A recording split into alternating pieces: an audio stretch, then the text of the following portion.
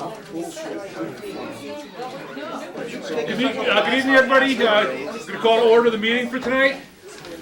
Thanks everyone for coming. So we're going to call to order the meeting for the Raleigh Planning Board for today, Wednesday, March 14th. It's a little bit past 7:30. The first item on the agenda is a continued public hearing for the site plan review for a large-scale solar photovoltaic facility at 623 Weathersfield Street, map 11, lot 53, in the outlying zoning district. And I could probably assume that a good deal of you folks are here for this purpose, am I right? Yes. Okay. Well, we felt like we had to leave it open because it is on the agenda for today.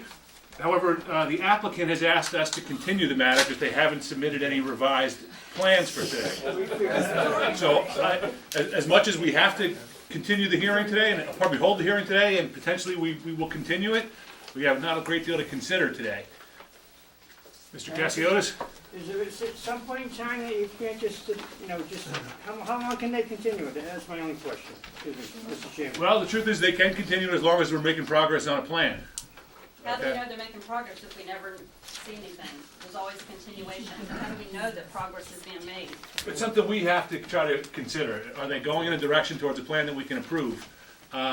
Yet, we have had 2 site visits. We've looked at 2 different plans.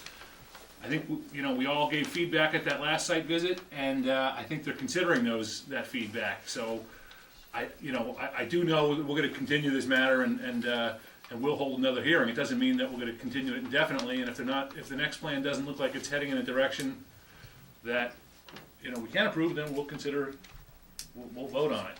Well, can we, even though there's not an official meeting of this, can we, as concerned citizens, discuss a couple of our concerns that have come up since we last met with you guys? Is that allowed? The applicant is not present. Yeah, they're not here to, and we haven't received any new information. Well, I don't know if that would be appropriate. Well, I do know that at a selectmen's meeting several weeks ago, when this was addressed, that once we all voiced our concerns and finished discussing this issue, we, as concerned citizens, left that meeting, and the applicant and her mother continued to stay there and were allowed to discuss at great length this whole thing without any of us residents being there to do rebuttals about several of the things that she was presenting that we felt was inappropriate. Well, I can tell you that's not going to happen with this board. We understand the open meeting law. That's what we're going to follow. Anytime more than 2 of us are meeting with anybody that's from the petitioner, it's going to be as part of an open meeting. And we don't have meetings. Well, that was an open meeting, so, it's not that the selectmen violated the open. I didn't suggest they did. I wasn't present for that. But I can only assume that they had their reasons for having whatever discussion they had. But I'm not suggesting they violated it. Sorry, I'm laryngitis. Is there a deadline? Is there a drop dead? How long do they have to revise it? Because they could postpone this indefinitely, or for some time. Do they have a deadline? There is no deadline. We try to be patient with applicants. We try to give them some certain amount of leeway in designing their plans, but especially since we want them to. But our patience is not unlimited. At some point, if there's no progress made, we will end the matter. Okay. But it's not a bylaw saying they have 90 days or something. No. And as much as I know everyone is interested in this, and I know they're talking on Raleigh Talks about it, I hope we continue to do that. We follow the law. We've published the public notice. You were all advised as abutters, and we'll continue to post the agenda. But we can't create we can't tell you something. We can't keep you more updated than that. So I didn't feel it was appropriate to say that the applicant has asked to continue. Knowing that you'd be here, I felt like you should be here and understand at least that much. I didn't want to dissuade anyone from being here. But at the same time, I don't think we can take public comment. Well, this also happened to us with the conservation meeting last Tuesday, but we were at least given notice from the conservation committee saying that there was going to be well, see, the thing is, we're still having a meeting today, and the only thing we're considering is whether we want to continue it or not. So to say that we're not having a meeting on it wouldn't have been true to what what we're doing. The meeting is being held, and the issue that we're dealing with is whether to continue or not. We have So to this will vote be as a discussed body at to the next continue. planning board meeting, which I assume will be in April, right around the April 14th. Well, we're gonna discuss whether to continue it, we're also gonna discuss whether we're gonna have a second meeting in March, I think, today. Yeah, that's true, yeah. Oh, really? You have a picture of the site plan available? We don't to have an look at? updated one, so I mean, the thing is, as most of you have seen, they showed us one plan, we kinda suggested that wasn't going to, satisfy most of the criteria we're looking for, so then they came back with a very different plan, and they got some of the same feedback, so I understand they're looking at something else that might be considerably different once again.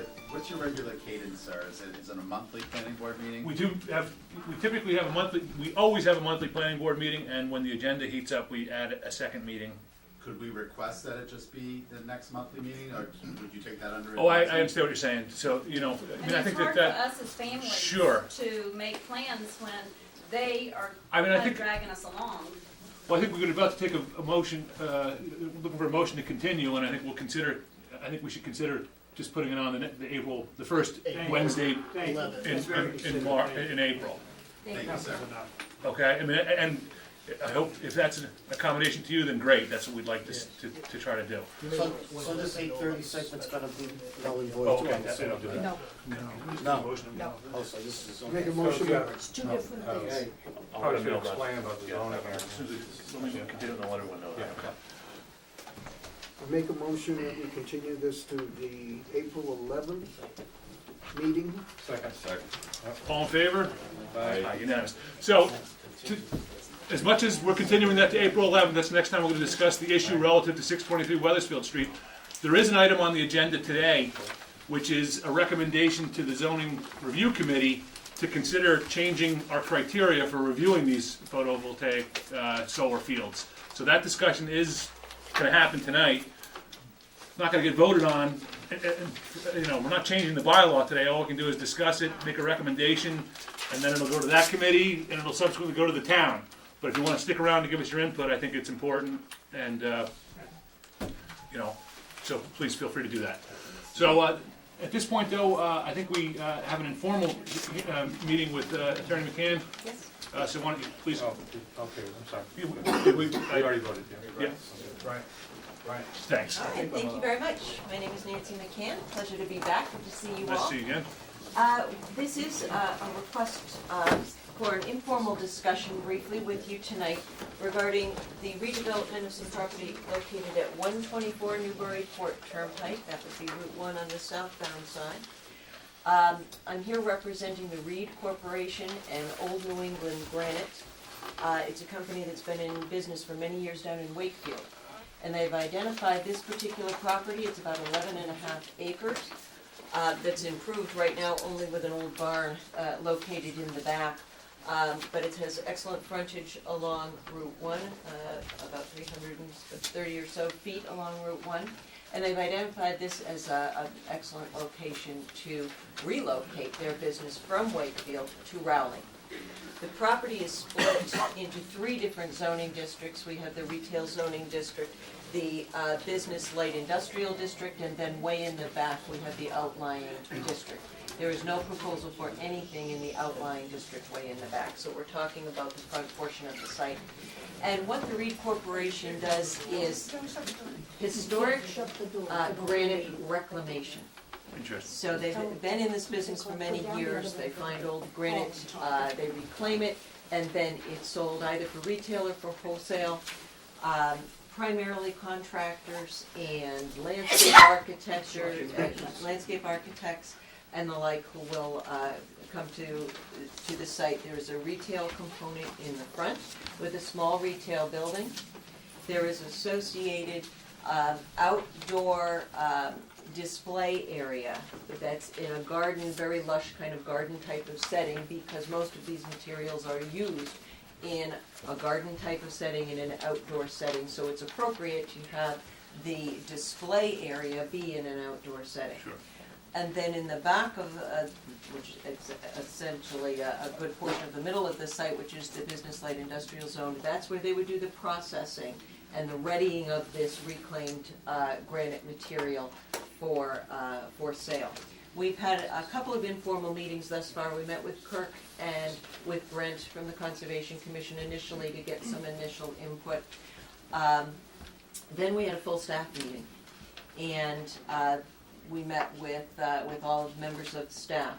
We also requested a zoning determination from your building inspector, and we did receive that.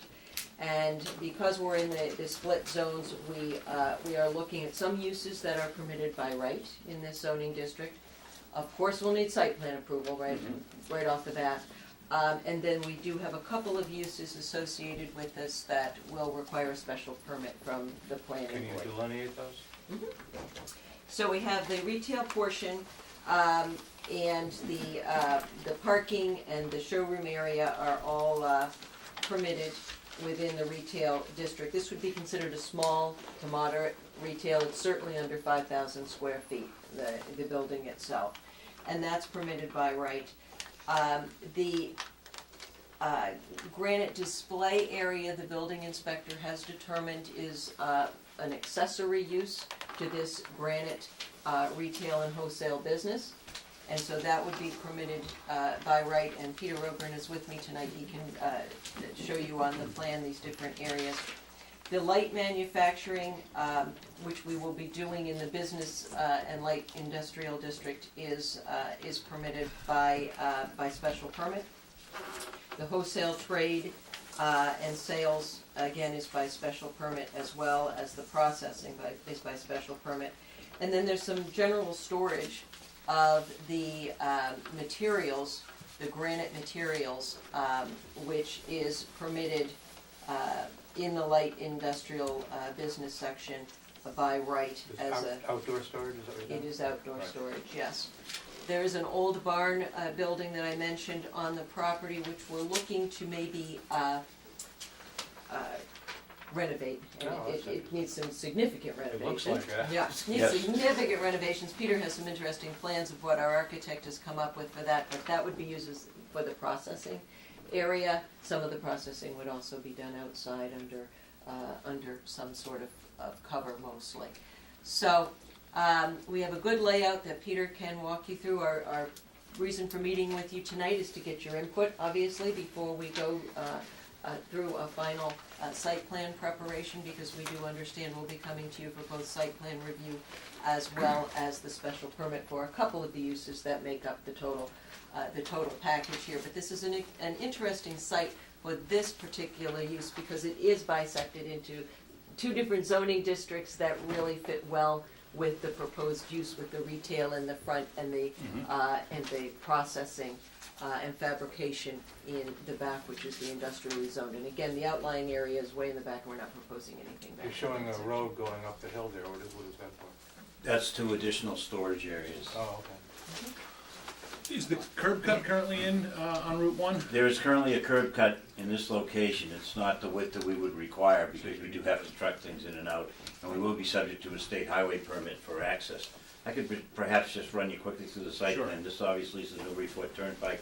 That's the northerly direction, and what we're proposing is a single access and egress off of Route 1. This circular configuration is to go around an existing tree, which is kind of important to them in terms of their site plan. And then the retail parking would be here. The retail customers would go into the proposed retail center here, and they would take a golf cart to look at any of the materials that are out in the yard itself, so that it's kind of controlled. That's the way they do it. Up here is the area that Nancy referred to as fabrication and storage. The fabrication that they do is either splitting by wedges and feathers, which is a method that they split. I see you smiling, Well, you it's- haven't done it, have you? Well, I know it's a complicated Well, it's process. pretty difficult to Yeah. me. The other way they do it, they have a hydraulic splitter that splits it as well. Sure. But what they do is, as Nancy said, they take granite that can be repurposed. They go and actually bid granite from old foundations and buildings in Boston. They've had a couple of bridge abutments from Newburyport that they got, and they take it and repurpose it. And just to kind of characterize what their operation is like, the purpose of wanting to move here is they want to move the two uses. As Nancy said, this site is unique in that it has the retail in the front and the industrial in the back, so that they can combine their uses. What happened to them, they originally built this on an industrial property in Linfield, they built their business, excuse me, in Saugus, but you accessed it through Linfield. And then the Saugus building inspector, after they moved in, decided that they really couldn't do the retail there because retail sales weren't allowed. So they ended up having a storage yard that's elsewhere, and then they have this as their retail sales area, and this is actually in Wakefield. But this is what they're looking to replicate in the front, and then storage in the back, like you see here. And they differ from Swenson granite, which is kind of right across the street, Sure. and that this is all repurposed granite. There's no new granite. Swenson is all new granite from granite quarries up in New Hampshire. The Swenson doesn't work on granite, right? Am I wrong? They do. They just sell it there. I think they just sell it there. I mean, they do work on it. They have quarries. I forget that Swenson's got it from some other granite company. I forget the name of it. So that was always a retail thing, but the quarries are actually up in New Hampshire. Gotcha. And they may do some splitting and stuff. Just to give you an idea of what they have in mind, they've hired an architect who I think has a pretty good eye for colonial type, massing and so forth. And he's provided these. This is what they're talking for the retail sales building that would be down in the front portion of the site. And then this is a remodeling of the barn. Skip Kiley went up and actually looked at the way the old barn was framed and done, and has kind of put this together in the same vein. And we're actually talking about trying to use the existing stone foundation. We obviously have to talk to the building inspector and see how it fits with the building code and stuff, so that they'll sort of preserve that. And that's where they're gonna have things that are associated with their fabrication. That's where they'll keep the hand tools that they use for the splitting and so forth. Peter, what's the square footage of the retail building on that design? The retail building is, like 750 square feet. It's like 25 by 30 or something like that. So it's a small building, Yeah. and then it's surrounded by the gardens. Peter had a picture of the existing Reed facility. They've already hired a landscape architect for this, even before we had our staff meeting. The landscaping component and showing and showcasing the granite within these pretty landscape settings with the walkways and things is very important to how they display their materials. Yeah, just one thing, there was a question as to where the roadway would go, and the primary purpose for the storage beyond, and I do have something I can show you where that would be located. It's located in a flat area up at the top of the hill. They recycle cobblestones, and a lot of the streets that get dug up in Boston and in a bunch of the other older communities have cobblestones underneath, and they're not only a problem from a utility standpoint, but if they do a full depth reconstruction, they like to take them out. Reed Corporation subsidiary, which is Old New England Granite, goes in and bids to take those cobblestones and brings them and then repurposes them. So the vast amount of them are stored up there. I think he says he has 250,000 cobblestones now. But he also has bins of storage here where you could go in if you want to do a little cobblestone patio in the back of your house. If you want to do the cobblestone apron, which everybody does now, you can go buy cobblestones here. I think the interesting thing here is this works in with Swenson and the landscape guy across the street, Yeah. so it's sort of Yeah. Kind of a landscape district. business. Yeah. De facto. And Coughlin's done a beautiful job with his landscaping just down the street there in his business Yep. park. Now, So- I'm yeah. sorry. Where exactly is this? Is the Dunkin' Donuts Plaza to the north of the site? Just or- Swenson's is right. Yeah, Swenson is right across the Yeah, I street. know that. This is like the entrance to Swenson's Yeah. here. It's between the Raleigh Plaza and, But it is a the ice retail cream place. district, right? Because the Adams Mall is south of this site, right? Yeah, this is the retail zone district line here. It's back, I think it was 300 feet back. This is business and light industry, and this is retail. Okay. Now, you mentioned they do some of the refabbing on site, and I know that, the method they use to split the granite. Is there any chemicals that they use? Is there any? No. Okay, so it's all. No, and they don't use chemicals to clean the stone either.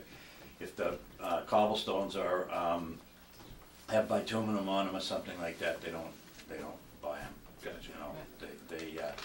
They had actually tried some of that and it was not successful, and it's too labor intensive. They have to have a clean product. Does the process create a great deal of dust, or? There's not a great deal of dust. There's a little bit of noise with the hydraulic splitter. But the hydraulic splitter is estimating the distance is probably back, 400 or 500 feet off the road, and there are no residential neighbors around, it's all in the industrial zone. And it's that one crack, it's the hydraulic splitter actually creates a pressure on the stone. It's sort of the same theory as the feathers and wedges, which is to create, the granite has natural planes at 90 degrees, so that if you, once you get it cracking in the right direction, that's how they crack the slabs and so forth. So this just puts the pressure in a line along that natural thing and the slab comes off. I mean, we have a video of it working and stuff later on. This is not the site plan review. We can Sure. bring that all. That might be interesting, but mostly, We'll bring it in. yeah, just We have a video of somebody using the feathers and wedges too, and it's pretty amazing. I had always heard about it as a kid in Rockport and stuff, but Oh, to sure. actually see somebody do it. well, I mean, and the thing is, just a couple of little pieces of steel that you're flinting together, and it'll could split a mountain in half. Yeah, as long as you get it along the natural plane. Right, right. So, no, I think it's an interesting project, and I thought you were gonna be seeing if we could do some retail in the light industrial, or we're dealing with a zoning change or a waiver, but doesn't sound like it. It sounds like you No. managed to separate your uses so that you fall into the districts you'll be doing it.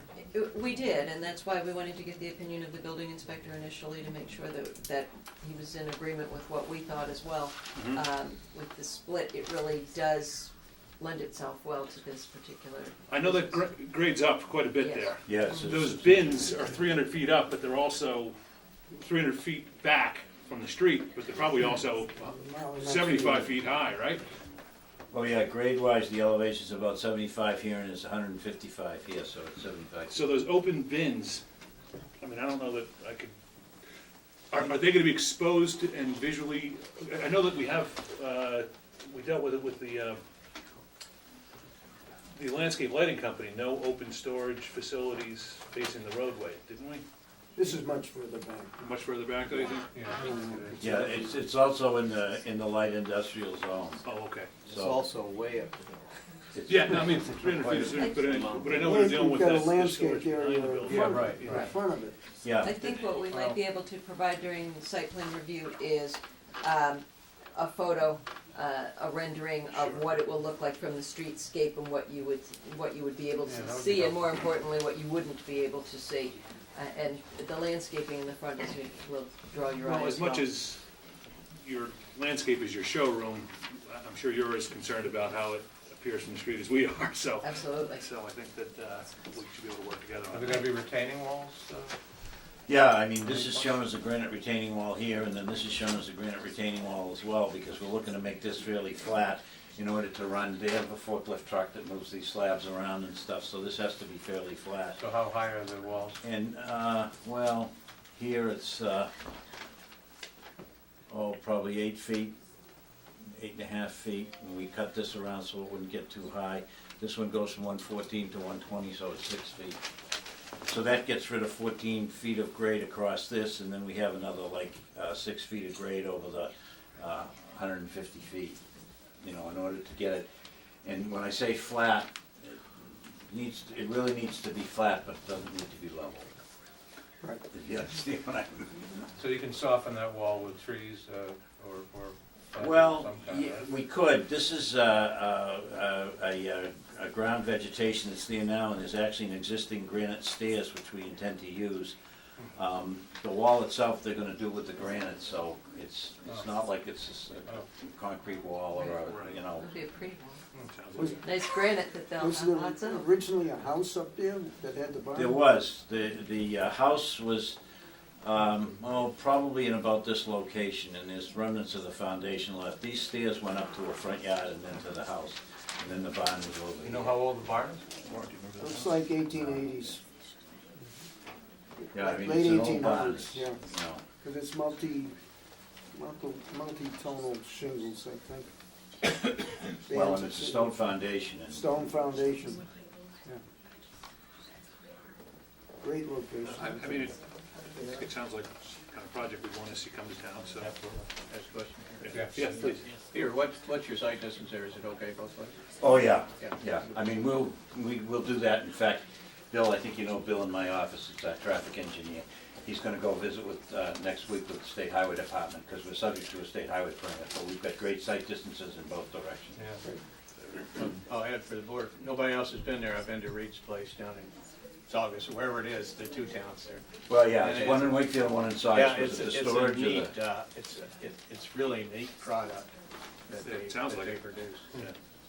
The old stuff that's, repurposed. Little artesian district too. That's good, because, all right, well, I mean, is there anything else we can help you with today? And we do Any wanna- other comments you couple of- have, so that when we bring you the site, what we'll plan to do is file site plan and special permit together. Is there anything else? I made a few notes here of some of the comments that you have that you might be concerned with, so that we're sure that the package will cover things that you might be I mean, interested in. definitely speak to the fire, I mean, probably too early to talk to the fire department. We're We definitely- did already meet during did, yeah. the staff Okay, great. meeting, yes. Should we do a site visit? Yeah, I mean, Before the, they don't have- there's nothing been submitted yet, the owner's good. Right. Will you do a site visit in advance of the hearing? If I submit things, the application, because you'll want that, of course, but then in advance of the hearing, would we be able to have a Well, you know, site? can I tell you this, we have been considering changing our process a little bit so that Larry's not gonna review the plan until after the first meeting, Okay. all right? So maybe we should have the, once you file, we'd have the site plan visit before the first meeting, Yeah, I think That that'd would be be helpful. very helpful, yes. okay? That would be very And that way we helpful. can have the site visit, look at the plan, have a conversation with it, and then if there's anything substantial, Larry can look at what you've reworked, as opposed to, taking a crack at it before we've even talked about it. You've seen the site as well. How do you know my feeling about the barn? That is duly noted. What'd you See say? what we can do with the barn. And Feeling maybe, so about the maybe barn. I Larry don't care can if go it on the gets- site Yeah, the visit. site. That would be helpful. I don't care if the existing barn gets saved, maybe they can measure it up and rebuild it in time, because I think it's a good advertising thing, because it's recycled again. Right, exactly. And Yeah, the I- Reeds are very sensitive to environmental issues as well as historic issues, so that's a good point, we can do that. Okay. Anything else you'd like us to consider? Good work. All right, No, we'll thanks, work on our terrific. plans, we'll be back to see you And probably once in it a gets month or so. submitted, we'll talk to Kirk about setting up a site visit. That We'll would do be that, very we'll do that, obviously before meeting, and so we'll have to arrange that, okay? Okay, thank you very much. I appreciate Thank you very much for your time, good to see you all. Yeah, which is,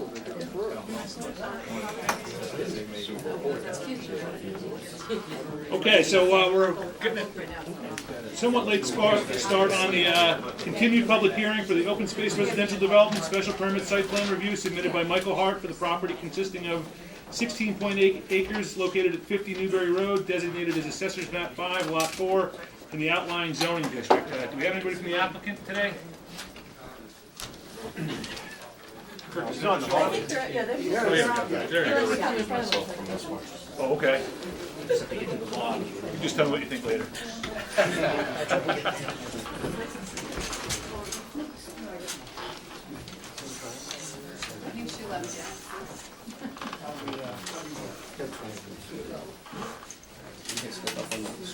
Use that, you know, one that's for them.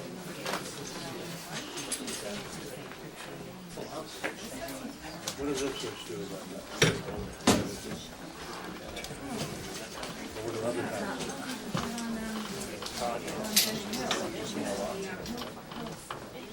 Depends on how,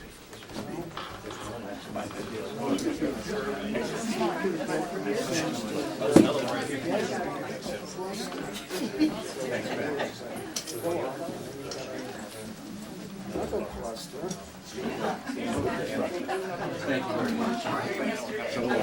There's no problem with the style, but how do you make it?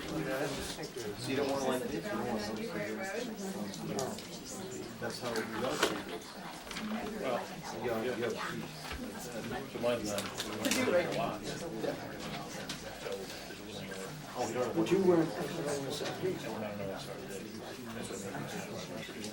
I'm sorry, please. How you doing? Good, how about yourself? Good, I'm Ben Osgood, Yeah. engineer for the project with Rob and Tom here for the developers. 50 Newbury Road. So I just wanted to go over real quick what we've done. I actually have revised plans to address the letter from Mr. Graham. I'll kind of review quickly. I know you got a lot of people here, what we've changed. Larry's letter of yesterday, is that what you're talking about? The March 14 letter? I haven't seen that letter. Oh, okay. The previous letter, so. It got out 6 days after his revision. That's good, actually. But, so, I'll speak about the yield plan a little bit. We did make some changes to the yield plan. Redid the road, and I didn't bring maybe you could, I think I Oh, sent which it. one? Oh, this one, yeah. Actually, no, I didn't put the yield plan on that disc. Oh, it's not. But we did change the yield plan, and I think that's what the letter Larry just sent was about, so we addressed all of his issues on that. I do have actually, Larry, a revised plan because I forgot one note, the calculation of the number of lots. So I added that note onto our plan, and then if there's anything else that you put in there today, we'll take care of that. So we did do that revised plan. We did make all the proposed lots conform to zoning. We did the area versus perimeter calculations and put them on the plan. So that hopefully will address the yield plan issue and the buildability, so. We also, we had a site walk the other day, and we talked, to kind of introduce the board to the project. I think that's the wrong. That's the wrong one. That's the wrong one. And actually,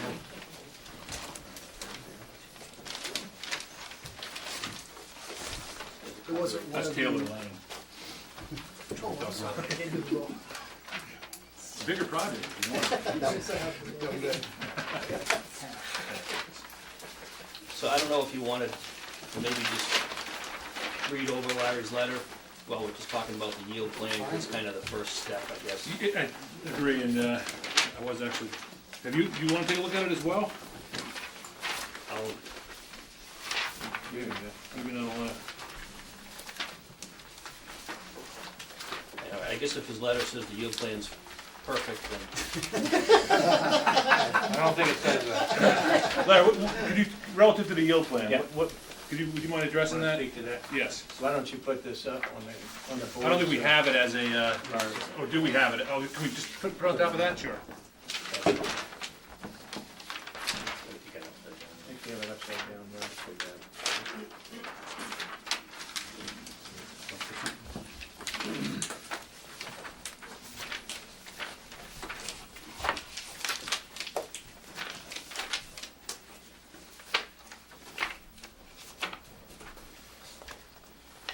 My first comment on this is this road is about 2,000 feet in length, and I just made a comment. It is permitted in the bylaw if they present it as a divided boulevard-type highway or roadway, excuse me. And question to the board, is that in keeping with the spirit of the bylaw? These lengthy cul-de-sacs, and I think you're already seeing one that's going to be coming up that might be twice that length. The first yield plan that they submitted had 3 out of the initial 10 lots that didn't meet a particular section of the bylaw, which was that section that prohibited unusual shaped lots that had too much perimeter with too small of an area, so that it prevented really odd shaped lots from being developed. So that was 3 out of the 10 lots. This yield plan has resolved that, but if you notice right kind of in the right of center there, lots, I think it's 7 and 8, or 8 and 9, Ben? Right in here? Yeah, right in there. Yeah. Those 2 lots, as far as I'm concerned, meet your bylaw requirements. However, their buildable area is about 4,500 square feet out of a 60,000 square foot lot. Now, I think that what they've done, they've done some good work here to make everything conform to the bylaw per se. Question is that property really a 10 lot yield, or is it a 9-lot yield or an 8-lot yield? Because in either plan, you find that there's a couple of lots that either one don't conform or they have very small building areas. The third thing that I Why are mentioned. the areas so small? I mean, Well, they're restricted by setbacks, zoning setbacks, and or environmental setbacks. That's the building envelope. Yeah, building The up. building envelope, 4,500 square feet, you can fit a 2,800 square foot house in that envelope. Meet all the offsets, meet the offset to the wetlands that's there. Can you just point out the lot 9, perhaps, where the building envelope would be? So, right here, there's a building envelope, And here, the lot next to it, that's 8, I guess? Okay. Oh, that's 9. lot 8, I think, 9, it's I'm just sorry. a triangular. that's lot 9, Okay. 8 in this area here, and then lot 8, it isn't here. It's a small area, but it does, I mean, we do have as, the area. as Ben says, 4,500 square feet, you can fit a 2,000 square foot footprint, 1,000 square foot footprint house. Pretty good sized house, but, it's just, something that I picked up on because I'm, looking at these things for the board. The other thing that, your letter suggests that, the soils testing has been done, scattered across the property, I think. And you have 17 tests over the acreage, so you've got better than 1 per acre instead of 1 per 2 acres, as the bylaw says. But your test on lots 1 and 2 are not there. There's no real testing on lots 1 and 2. And I'm not suggesting that you can't do that, but for the board, for future developments and past developments, they have had a better sampling of the soils testing, and I'm recommending to the board that they have Board of Health monitored testing on lots 1, 2, and 6 that you don't have. Yep. So we went out and did some additional testing when there was no snow on the ground. And our old yield plan, we revised this quite a bit. And we did a test on every lot, and then as we revised the plan, the roadway moved. So now we have a couple of test pits that are in the roadway that were on one of the lots previously, a couple of the lots. So the lot lines moved around, and that's the reason. But, it is, I think all the test pits were sand. We can't do witness test pits right now. Board of Health season is closed, so we did unwitnessed test pits. But I don't know that it specifies, and you may know better than I do, whether they have to actually be witnessed Board of Health test pits. It doesn't say witnessed, it says that you have to do it in compliance with the Board of Health Right. procedures, policy procedures. Right, and I'm a soil evaluator, I did the test pits, we dug the test pits, we logged them, as per the Title V regulations. And I know in the back, toward the back there where you had the majority of your tests, that was all sand. I didn't see your newest ones, I don't think, but again, it's more for what's gone on in the past with these types of developments and what's coming down the pike for additional developments that I think the board needs to follow, should be consistent. Be consistent. Let me ask you, the country club, do you remember how many test pits they dug? A lot. A lot. I mean, I recollect them being all over the place. Just about every lot, if not every lot. What do you recollect? Well, some of my comments, Brent Bazelak, Conservation Agent representing the Conservation Department. Some of my comments, which were previously addressed, was the lack of recognition that there are wetland bylaw resource areas that apparently some of these soil evaluation pits have been commenced in without any type of permitting or review and approval from the Conservation Commission.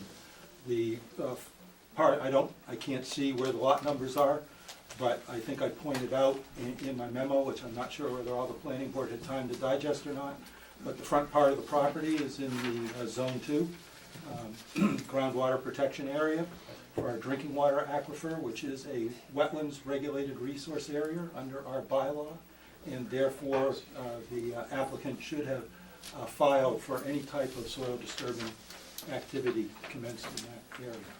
And I don't know if this is contemplated for further soil disturbance to occur in those areas, but I would suggest that the applicant seek proper review and permitting through the Conservation Department before they proceed with any other unregulated activities that should be subject to a review. Right, and that was an oversight on my part. I know it's also a natural heritage mapped If area, you're gonna which fall is- on your sword, you need a real sword. Hold on. That's the best I can do. I just say, You're gonna fall it on was your my protractor? It was my oversight, and we will file, we have an ANRAD ready to go, which would have been filed had we not had 3 feet of snow in the last 2 weeks. Really can't see the wetlands right now, but as part of that ANRAD, we'll do the, we'll actually I'm do not it. I'm not trying to embarrass you. I'm just- No, I know. I'm just trying to get you to follow the proper rules and procedures. Oh, I know. So We we talked don't about have it. these uncomfortable sessions. We talked about it, and we're gonna file, so it's gonna be a little bit of time before we. Can I make one comment on the test pits? I believe it's 17 that have been done on the property now, and every one of them is It's all pretty much passed. sand. Yeah, I just wanted to, on the whole acreage, so, and I understand what Larry's getting at, the front two and stuff, because I was actually there with them when we did the other ones too, so. And for that reason, I think that bodes well for your project, the fact that you're not gonna, likely won't have an issue, particularly given what you know about. But to Larry's point, for pro forma reasons, we just gotta do what we need to do in every instance, so that we're not setting aside exceptions because of our high degree of confidence, or whatever you might call it, I mean, so, and yet, weather's a factor. I think we can make some determinations on the assumption that you'll get those things after the fact, but, I think it's important that we just, for procedural reasons, stick to the plan. Yeah. Well, I don't, my understanding of it, the way this has worked is, and the way it's reflected in the bylaw, that we don't mandate a soil test for every lot shown on the yield plan. Right. But rather, we have the discretion to say, well, looking at the soil, maybe we don't need one for this lot, and we rely on our consultant engineer to advise us on that. So- And as much as that's all accurate, I think Larry said we should get a test pit done on 1, 2, and 6, right? Okay, is that what you're saying, Mike? Yes, Okay, all right. yeah. So, I think for that reason, we'll probably go along with that recommendation. So, actually, Larry, to your point, the lengthy cul-de-sac, that's a divided boulevard, is that to meet that requirement? Right. Not something you'd probably want to build otherwise, but. Right, it's a yield plan. so- Right. And our regs do suggest that, it establishes a 500-foot Right. minimum cul-de-sac, but it suggests, maybe not explicitly, but it does seem to, the language does suggest that you can avoid that requirement by doing a divided roadway, which is, I think they're horrible. I would never want to see one. Right. But that is in our rules and regs. Well, that's good that you found it, because I think we looked at it, and I thought we were capped at 500 feet, unless it was an OSRD. So, yeah, we're doing this whole exercise for the purpose of developing a yield plan. Right. So, I think you came up with the solution by putting, showing a boulevard. Right, and Even that's- though we wouldn't necessarily encourage you to build it. Right. We Should probably do not change want the to reg build it. get It's rid of just, that. Yeah. I think the development we've, come up with is nice, and it would really complement the land. So there you have 10, you're proposing 10. 10, okay. Right. No There were development 12, density. but Oh, that's right, I knew there was Dropped it to something 10, back yeah. there. And you're proposing 10 inclusive of the existing? Correct. Okay. Are you still doing a single septic system permit? Correct, yeah. Yes. Are you still have to do soil tests on each? We have all I the just don't soil know how it testing works. for that. Yeah, that's Yeah, we all have that. all the soil testing, because in the past, there was soil testing done in that area, quite a few test pits in that area, so we're good for the septic system that will service the subdivision. Just informal consensus. Okay. Well, we still haven't addressed Larry's point about maybe the yield points 8 or 9 lots versus 10. But, I mean, I think if we have the envelope size, we have the envelopes. So you. Right, that would be, yeah, they meet the requirements of the bylaw. I mean, Right. they're not the largest building envelopes, but you can build a And you house. wouldn't necessarily want to put, I mean, there's 2 envelopes on 8 and 9 are right next to each other, but Right. the houses would, it's a hypothetical anyway. Right. Right. And on a 1,000 square foot foundation, you could do 2,000 square feet, finish the attic, you're at 25, you're at, you know, so it's a big house. Yeah. That could fit under there. Right. Larry, for the most part, your concerns about those lots in particular were relative to the size of, Yeah, he's provided. the limited options for where they He's can build. provided a table, that one in the bottom left there, where he's given now all the lot numbers, the areas, the perimeter, so he's resolved that initial yield plan that had the A over P that didn't meet the bylaw. He's taken care of that. But as I'm looking at this, I said, well, how did he take care of it? Well, this is how he took care of it, and we've got a couple of small, you know, Right. building envelopes, but it meets the bylaw. So just like the divided highway, you know, the boulevard type roadway. Sorry, I keep saying highway. It meets the bylaw, so you know. And if they went to pull a building permit for one of those lots, I mean, it would be issued, right? Yeah, seemingly it would be. I mean, they have struck their lines with respect to the Conservation Commission setbacks and the zoning setbacks. You know, that's how they get those building envelopes. I think they would be. Good, well, Can we ask one question on it? right now we're talking about the yield, Okay. but please, if you wanna, if it's All right, about no, the I'll yield. wait till you guys are done, because I wanna talk about the road again. I did, see an email from the applicant that he'd like to try to get that issue resolved, because I think it's sort of the linchpin to everything else you're doing. Yeah. David and Mark, is there anything relative to the suitability for, that yield? I don't have any issues. I just discussed it briefly, but I don't think we need to take a formal vote to approve the yield plan, but I think we can, from the perspective of, even Larry's been, I think you've convinced him. I do think we have, as much as I think we could say we would, this yield works, it's subject to you showing that lot 2, 1, 2, and 6 would perk. But Right, and also, and you're right, I don't think you vote on the yield plan, you have to accept the OSRD special permit, that's what you vote on. That's what we're, And right. the yield plan is just a piece of that, so. I think so. So I think what we're saying at this point is, you can do 10. Yeah. Are we? I think we are. Okay.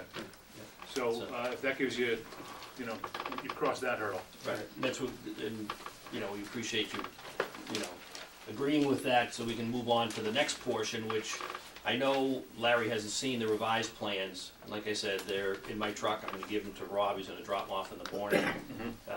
So they'll be ready, and he'll drop a copy off to Larry, so hopefully we can get them for the next meeting. Yep. I would like to just real quick show you what we've done, because we made some changes, and we have some renderings. Let's see here. So, this is the proposed layout materials plan. We brought the cul-de-sac back a little bit further, so it's not I think we were at 1,000 feet, now we're about to the center of the cul-de-sac, and you have to excuse me here, it's 800 and around 80 feet, 80 or 90 feet to the center of the cul-de-sac. So the existing house is to the. Existing house is right here, that's lot 9, giving it a little bit more room, but we've moved the cul-de-sac up into the clear area, just beyond, as you remember, we walked down there was kind of a clear area. Yes. So we're really staying in that disturbed area that he's kind of uses as a yard. We've eliminated a house at the end of the cul-de-sac. I think there were 2 down there, and there were 2 up in this area, so now we're at 10 total units, 9 new units. We've maintained pretty much the same road layout, changed the houses around a little bit, and we have a rendering kind of what the houses will look like, and kind of tried to. Yeah, it's there. You can put it up there too, because it has that.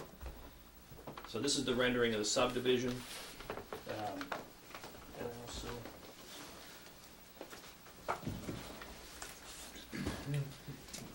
tight quarters in here. Yeah, sorry. So I do have, there's some renderings, architectural renderings. These are, you can take one, they're not, there's 8 of each, so take one and pass it along. Oh, okay. I didn't sort them out. Oh, yeah.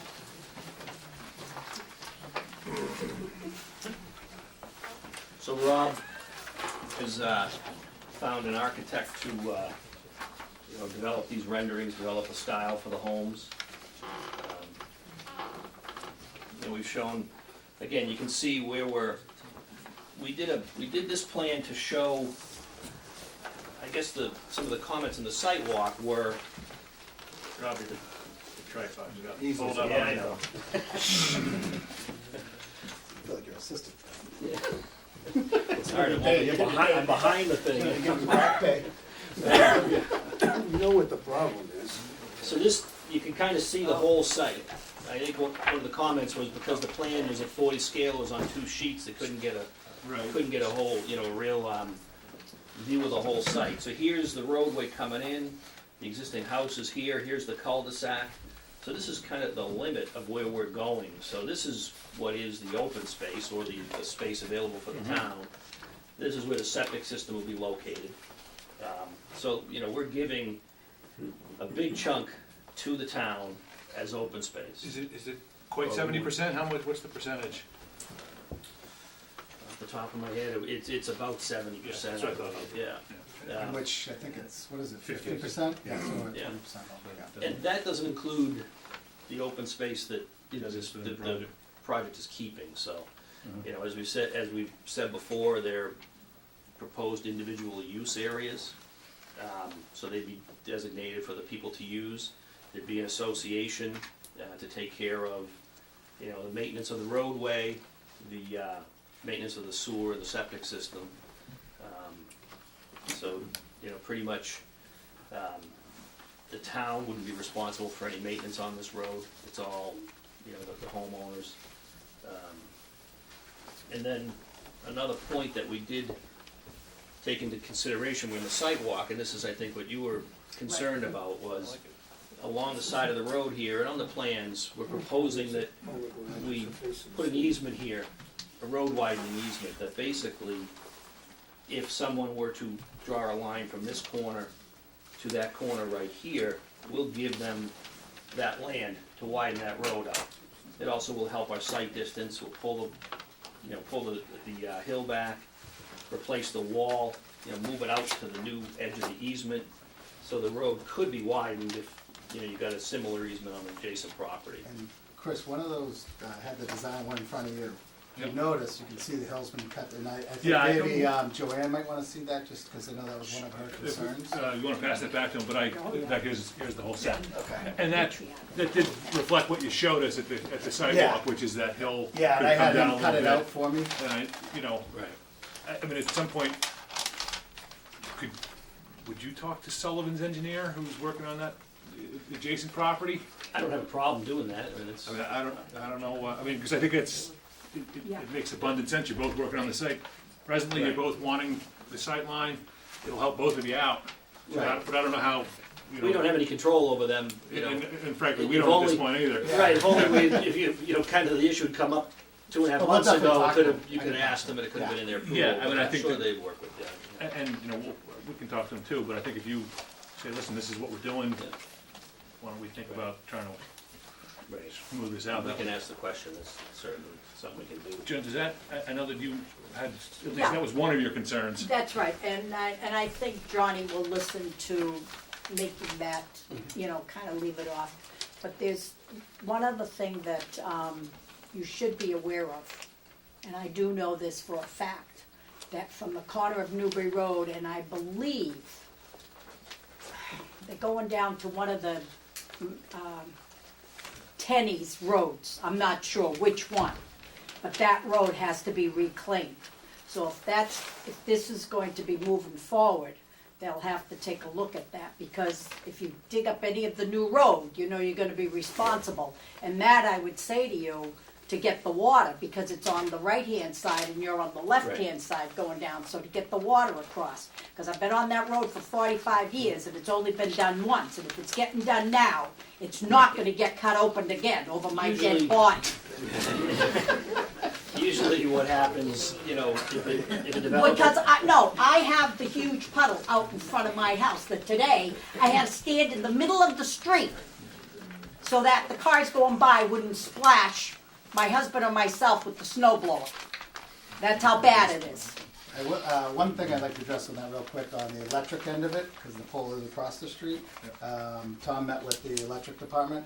They are gonna put a pole on our side of the street, so that's one, you don't have to cut into the road for that. Good, You're still out for the water. Then you're gonna drop in the under. Drop and then go down from there, and the electric department said that they'd rather do that, so it's just the water, and I mean, it depends on how, Jordan, it depends on how fast we, you know, are able Do this to, we'll do that right away Right. before they do the road, you know, That's, so. that's my only concern. I mean, we would widen that road, I'm sure Rob wouldn't mind doing it if we can get, you know, the adjacent property to do their piece, but, usually when we tie into a water main or sewer main or whatever that's in a municipal way, you pave the whole road for some length around that, so that it's, if you disturb that road, you know, reclaim it for a certain distance on each side to make sure that it's, When's the road work start, do you know?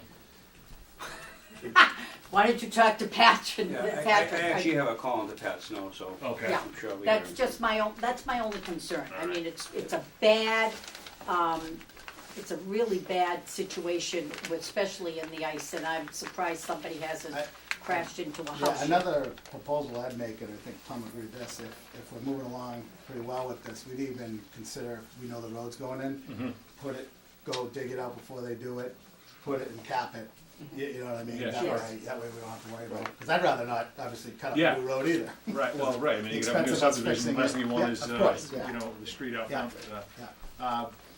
Can I ask one question on one of the houses? There's only one as you go into the property, besides his original house on the left-hand side. Is that spot, because of the Sullivan's property line right there and where the road is there enough room for a house on that lot? I Oh, yeah, know he's been saying that, but it's really, it's almost, I mean, I was standing there for the site walk and looked at that and I thought, it's the only one on the left-hand side of the road. right. So when you're out there, the driveway that's there, and it comes along and you're actually, you walk like in this area, so the house is gonna be very close to the driveway that's there. This road follows the driveway as it comes around the corner, and then it goes further into the woods to the right, To the if you right. would, as you're walking down. Because I know, just standing there the way it was, it just dropped right off Right. into the Sullivan's property. I agree, from that perspective, it looked like you were really right, Right on, Oh, yeah. yes, Right. but it looks like the roadway comes okay, deeper to the south, which creates more room to the north to Okay. put that. Right, so. Single overhead doors, no double overhead doors. Yep, which is what. And I notice you have some overhead doors that are entered from the side. Like to see more, but Yep. I've been doing some research on it, and if you notice, obviously, you know, these units won't even see from the street, so, we're definitely taking all that in your comments, and we agree, so any of these plans that we have can get flipped to the side. It's just moving the driveways over, so we can do, you know, front or from the side, so. Right, and I we think, run into the front ones, and it, you know, people leave their garage doors open, it looks like somebody needs to go to the dentist, you Yeah. know? Yeah. yeah, we'll look at, part of it is now you have to spread them out when you have the driveways on the side. And I understand that. Right, I'd so rather have but I them- think we I'd can do rather have another them one here. clustered. I'd rather Right on have the them side. attached to each other, but I really don't wanna do that. Right. But the clustering, and then, of course, you're gonna only see one cluster at a time, and then two individual houses, so it's better than what it was. Yeah. Yeah.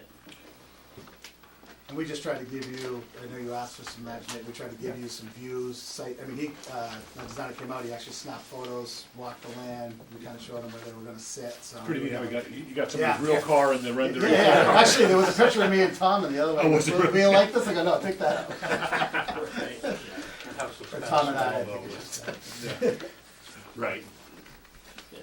Yeah, so I think as you look here, this is obviously the entrance, that's one of the first houses coming on the right. These are the ones up on the hill, there's two, which I guess would be lots, the two that are on the side, kind of with the common driveways. Is that the name you've picked, um, Newbury Estates? yeah, Newbury Road Estates, but, yeah. Not necessarily, it was just, you know, but we're Keep open to any, we're open to any, That's the any creative recommendations. engineer who needed a name to put on the plan. And we know Where how- are we? Let's call it that. We know how creative engineers are. Rob, what does the architect call that style? Bungalow Bungalow? or also cottage style. It's cottage style bungalow. Which is what's great about them too is these all have the ability to have the garage that can be finished. You know, which Bonus is room, nice for yeah. people as a bonus room, which is you know nice if someone ever wants to do that. And again, Yeah, what- we found that, when people discover that, it closes the sale. Yeah. they're all just 3 bedrooms, septic system designed for 3-bedroom units on each one. I should say that Rob met with the fire department. We've added a hydrant. He wanted one as they go in the subdivision before the first unit, and then 2 going down along. And they were fine with the road width and the cul-de-sac. The road width is 24 feet. We've eliminated the curbing, eliminated the sidewalk. What size pipe do you have to provide? It'd be an 8-inch. He was the chief was he measured everything. We sat down with him, Tom and I, and he was very happy with just the one extra hydrant. He explained to us why, so we understood. So otherwise, I don't know if he wrote a letter. He's supposed to write a letter to the board. Do you have to have a 24-foot wide road? Yeah, that's what he recommended. That's what that's what the fire chief They recommended. came out with a new fire Fire code. code, yeah, I thought the requirement was 20, but. It's now 24. Really? Yes, Well, we know who designed that requirement. engineer. Fire engineer. It's really Not- smart. It's not good to know. saying. So they have changed it, or depends on how many houses on the road? NFP 1141 says a roadway, it actually says a single entrance roadway can handle 100 homes, but the roadway has to be 24 feet. So that's the National Fire Prevention Standard. I suppose you could What go about less. 10 homes? It still has to be 24. Right. The first thing the fire chief did was check if it was 20 or 24, and when he found out it was 24, he really liked that, so. That's above my pay grade. I think we would have been fine with 20, but. Yeah. I mean, me too. Yeah. 20 is better, actually. Yeah, I It mean, makes it more, Aesthetically, we are taking up more less. residential. yeah, I mean, that we're I open. mean, Newberry Road isn't 24 feet wide, so. Yeah, I mean, we're definitely open to that. You know, maybe what I'm doing on a project is providing a paved surface and then 2-foot gravel shoulders to increase the width, and maybe that's. And so, in fact, I think we did use that, a component of that on the 40 Newberry. Right. So. I think that would, we would certainly. So I guess we can talk to consider the that. fire chief about that, about having, a dedicated 2-foot shoulder that gets maintained as a shoulder. Yeah, that It's would be good. gravel. Be much better. Save you money too. Right. So, Is there anybody else that has any comments on this 50 Newberry Newberry Road site? Estates? Jim, is there anything else we can answer for you tonight? I know we have, I'm sorry. Are you working with the folks to your, below you there to the south, I guess it is? With respect to the, Yes, we've- Brookie, or? Yeah. Yes. Oh, yes. With respect to Yes, what they looks have a like an little- encroachment there? Yes, Yeah, we've we've- told them we'll give them a little piece of land. This plan doesn't reflect that, but I figure that can go on the definitive plan when that gets done. But we've talked to them about that, so. And otherwise, you're looking at the plans that they're gonna submit, so we'll. You haven't seen. Yeah, right, so, And a couple of things he addressed on the new plans, which I just saw today as well. He located the path going by the, retention, actually it's right there, this is it, yeah. So the one thing that the fire chief did mention to us, he doesn't wanna see parking spots for that trail. He said he's worried about people parking either on the street or it being in the way if there is a fire, and he did bring up, I did talk about the Sullivan property, I said, I think they may have some room over there.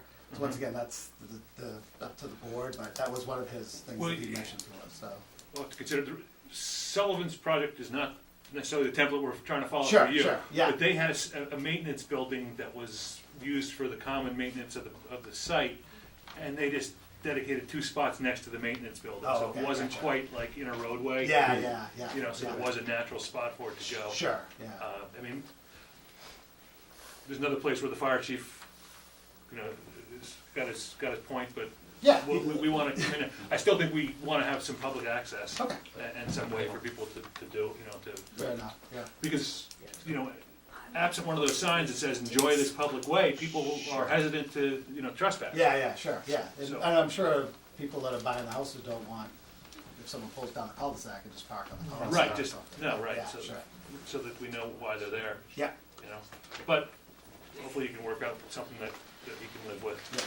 If they were pull-off, they should be fine. And I did, you know, I know, I spoke to Brent a little bit about the conservation land and the septic system, so, you know, we may, instead of reserving an easement, just keep that as part of the subdivision, and then so the open space kind of goes around it, you know, with a natural trail, you know, separate from the access for the septic, you know, so, but those are the kind of issues I guess we can.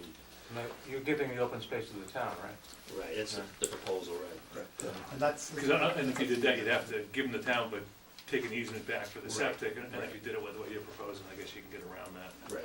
Right, so there'd just be a little piece of, you know, Just an island. that goes land out that's there. owned by the association, part of the common area of the association for the septic system, so. We encourage project proponents making such things. You know, have a conversation with the conservation commissioners. Brent is only the agent. I do not make the learned decisions that my appointed commissioners do. And they would love to have an interplay with the applicant in regards to these aspects of the open space, so the planning board could be sure of a legitimate conservation commission seal of approval instead of just opinions. Well, it's nice to have you here tonight, Brett. Well, I know they probably, you know, respect highly your opinions, and you were nice enough to tell me what they're probably gonna say, so that's why I just figured I'd mention that we understand that, and like I said, we would have been to the Conservation Commission by now, at least with the wetlands. We've had Mary Rimmer do the wetlands. I have all the reports, we have the ENRAD already, but there's no sense in coming in and then Brent just saying, let's continue this for a month until the snow melts, so. We'll be Again, working Brent on it. has no say. Well, It's the commissioners who I dutifully work for. So, You're their voice. do I understand this correctly, that you are gonna meet with the Conservation Commission Yes. about the open space? Good, well, thank you, gentlemen, I think we're Thank gonna, you. Yeah. move on at this point, but we'll put you on for, Are you guys gonna do one? are we considering another March meeting at this point? Well, I mean, it's possible if you, If you do one, we'd like to know, I guess, so we can. you think everything would be, I mean, I guess we should check with. Oh, Ben, trust me, he's going right back to his office. Those are actually, you actually, Yes, this week. do you have anything? I'm giving it to you. Oh, yeah. Got enough time if we did, I mean, I don't even know, what do we think about it? We need to hear more from You're not Brent, available. and not you. I had trouble on the last Conservation. Wednesday of the month. Yeah. So we'd be saying the 27th, and you're not available then? No, 28th, I'm sorry. 28th. And Conservation meets on the 27th, right? I am not available the 21st or the 28th. All right. All right, then let's set it for April 11th. We'll see you April 11th, all right? But the closer we are, you know, the more we can wrap up that day, you know? Absolutely. And, you know, so at this point, start thinking about putting some landscaping on that plan and get as much detail, and there's no lighting anywhere, right? You're not putting any common lighting, any? No, I think we, our, you know, design narrative, we have post lamps on each home. Which is the electric department. They 5 said zones. and- 5 to 6, I think Yeah, is what 5 they to 6, told they me. want to see, yeah, yeah. So we'll put those. Yeah. Good. All right, great, thank you. Thanks. You got some t-shirts, pictures. Oh, thanks. Nice paper. Yeah.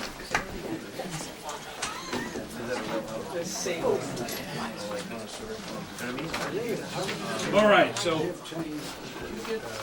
This is Montessori School. I did see your report, and I just looked at it over an hour before I came in here. But I haven't, you know, the thing was, I haven't, you sent it to my regular email, I haven't checked my personal email today, so. That's been pretty successful. I very well could have, but I was so busy this afternoon that I glanced at my email and unless you're paying me, I'm not responding today.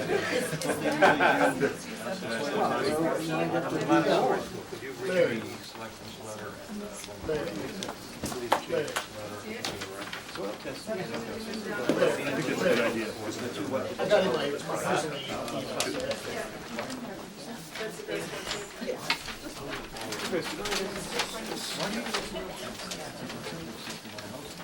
It's a yield plan, you gotta prove you can get a septic for every lot. Yeah. So to get a yield plan, you gotta prove you can build on the lot. It's entirely hypothetical. It is, but you still gotta prove you can. And so, I didn't realize about that boulevard, cul-de-sac there, so I was in I was wondering whether we could bring it up. right. Hey, Kirk, where are the two letters from the building inspector and the chief of police on one side? Oh, let's see, this should be, it's from the outside.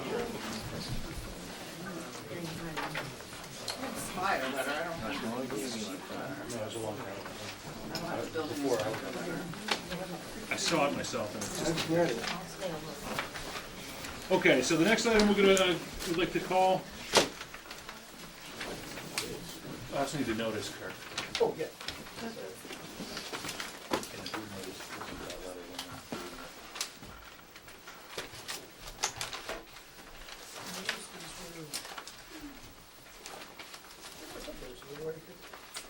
You'd probably take these two chairs if you'd like to sit. I think there are people. There's more people that come in. Yeah, I know. Here we go. So at this point, Oh, wait, here's. my package.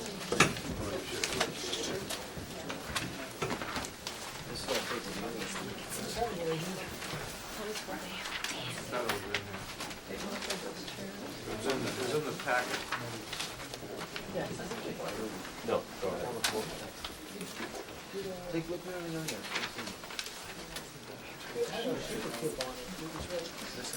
Well, my whole, you know what, my whole thing had it. I can, let me just print it out again. There was also a letter. There it is. Okay, so anyway. Well, actually, that's from downstairs. Now, here it is. That's from the ZBA to us. There's actually, there's a pack here, there's a paper clip on the table somewhere. There was a letter from the selectmen. Yeah, I've got that, but you need the, I gotta read the notice, and that's what we're looking for a copy of. yeah, let me And you get said that. it was paperclip? Yeah, there's a paper clip, all of them were together. Oh, this is actually all of them. All right, thank you.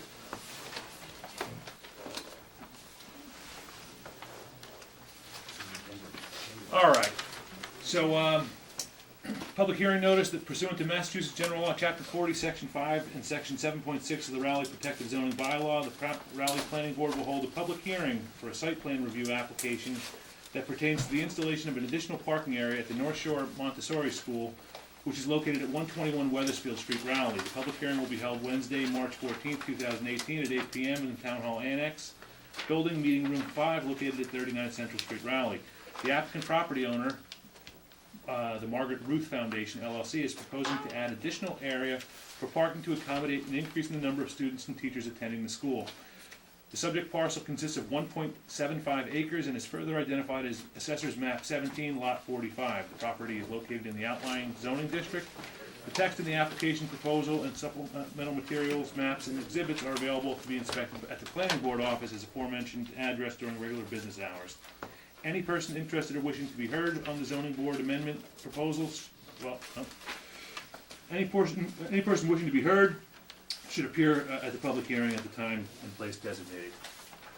So, and for the applicant, Lisa Mead, Teller and Costa, 30 Green Street in Newport, and with me is the applicant, Margaret Henry of the North Shore Montessori School. good evening, thanks for coming. Thank you very much, Mr. Chair. If I could, just by way of background, the applicant was before the Zoning Board of Appeals on the appeal of a cease and desist order.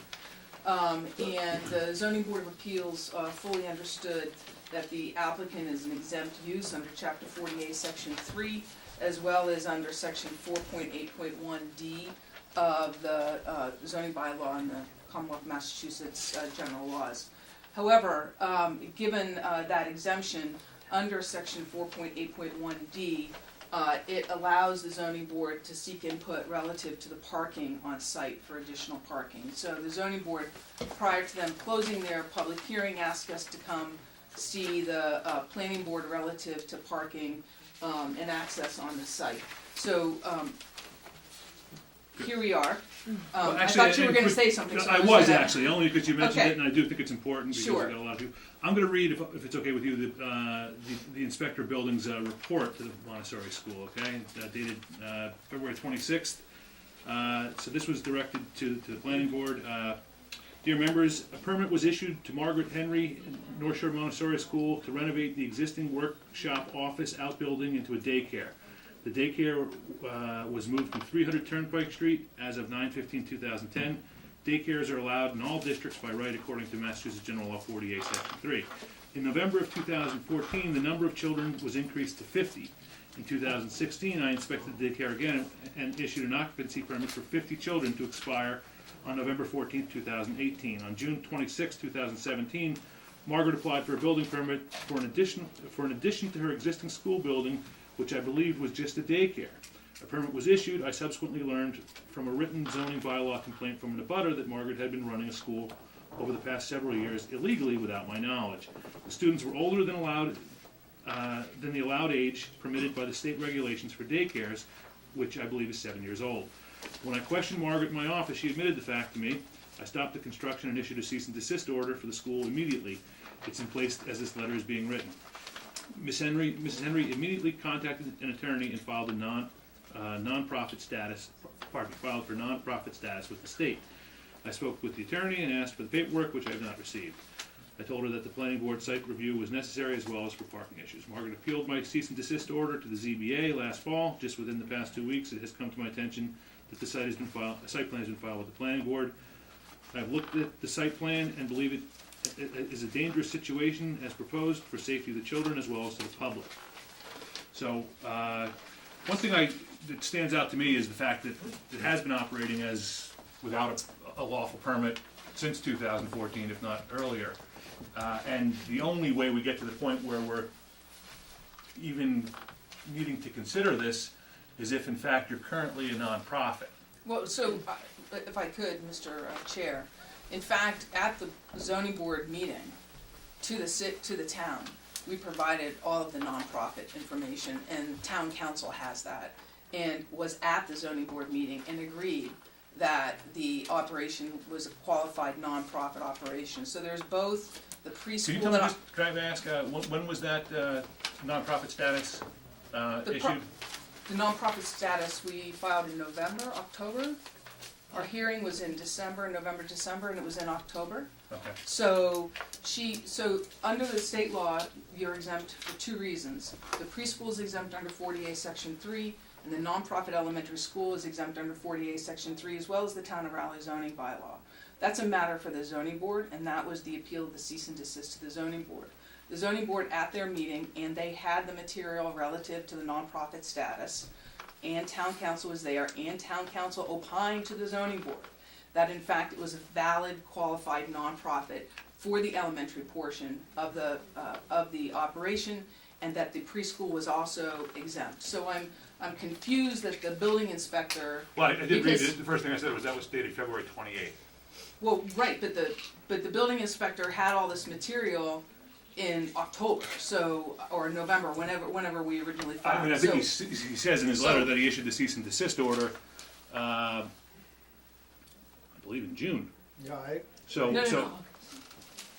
So, no, I think it was issued in August. Okay. So, So but nonetheless, there was a period of time that she was operating without the nonprofit status. that is correct. Okay. But that has been rectified. Now she has it. That's correct. It's been rectified. We went to the zoning board on the appeal of the cease and desist, at which time all of this information was provided to the zoning board and town council at the zoning board.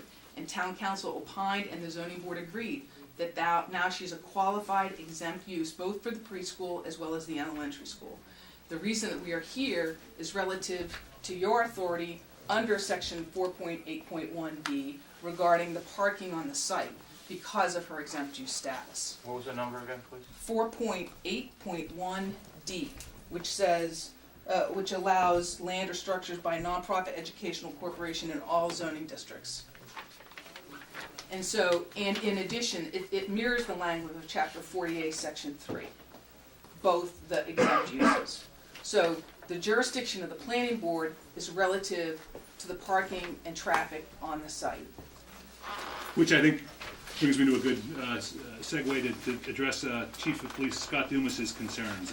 He's provided us an opinion from Can I February just 20. point out, Chris, that after the part that, after the part that was just quoted in our bylaws, it provided further that if new or additional off-street parking is required, a site plan is approved by the planning board. That's correct, and that's why So we're here. That incorporates our site plan review authority. Well, actually, not exactly.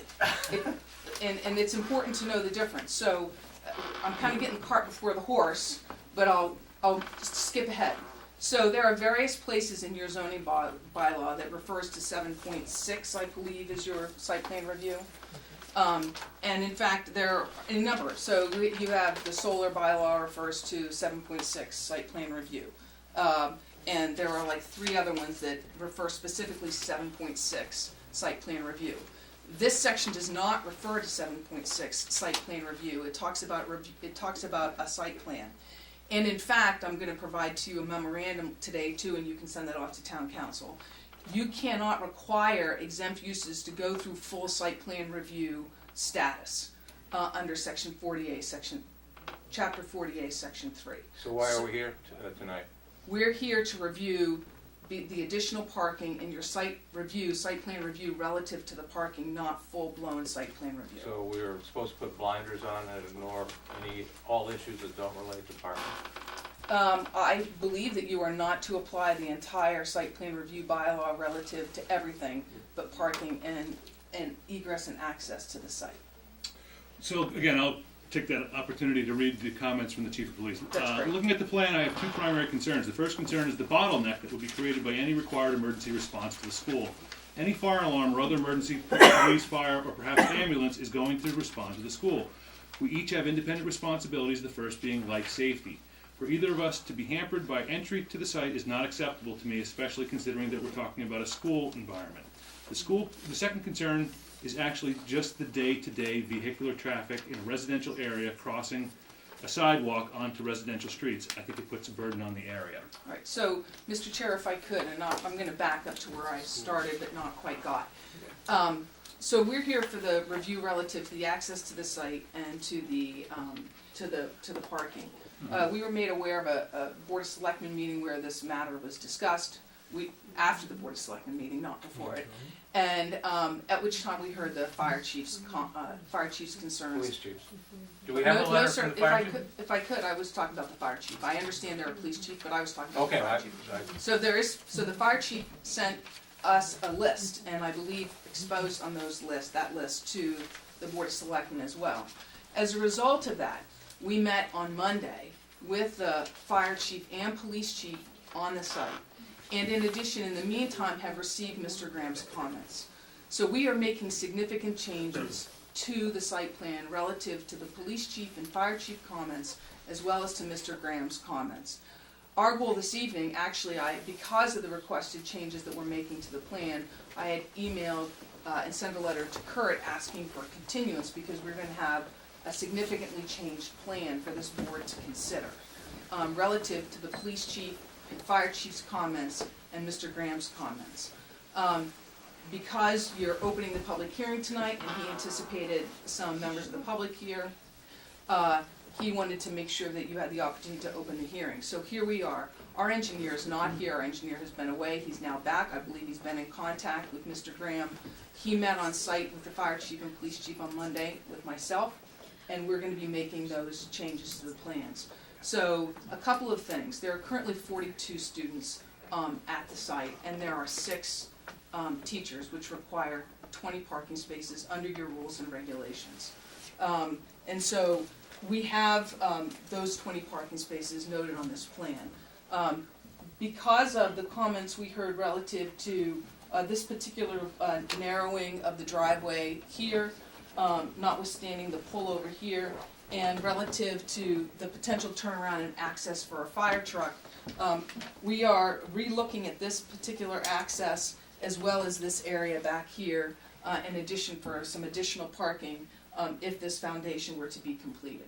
So we would like to submit that revised plan to the planning board based upon those comments from the police and fire chief and from Mr. Graham. So other than that this evening, I'm willing to hear, obviously, any and all comments, but I want to make it really clear that according to town council and the zoning board, this is a non-exempt, an exempt use, under 48 section 3 relative to the elementary school. It's exempt under 48 section 3 relative to the preschool, and under your own bylaw, it's exempt. No question about it. And they're But, You've asked me a number of times to take notice of something that's been presented to a different board and perhaps discussed with town council, but don't assume that we have what you're referring Well, to, or that we're not entitled to have you bring it to us.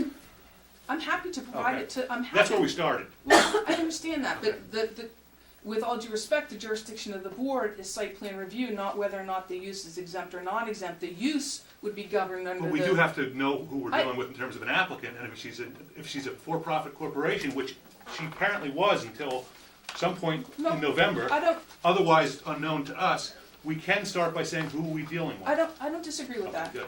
I don't disagree with that at all, and I believe that I presented in my materials to you the fact Actually, you've that. made a couple of comments that we should take judicial notice from what was said by town council, apparently after a meeting of a No, different board. At a meeting, but in any At- event, of a different board. I'm happy to provide that material to you. I don't have an issue with that at all. It wasn't part of the filing. We noticed it in our filings with you, but I'm happy to give it to you.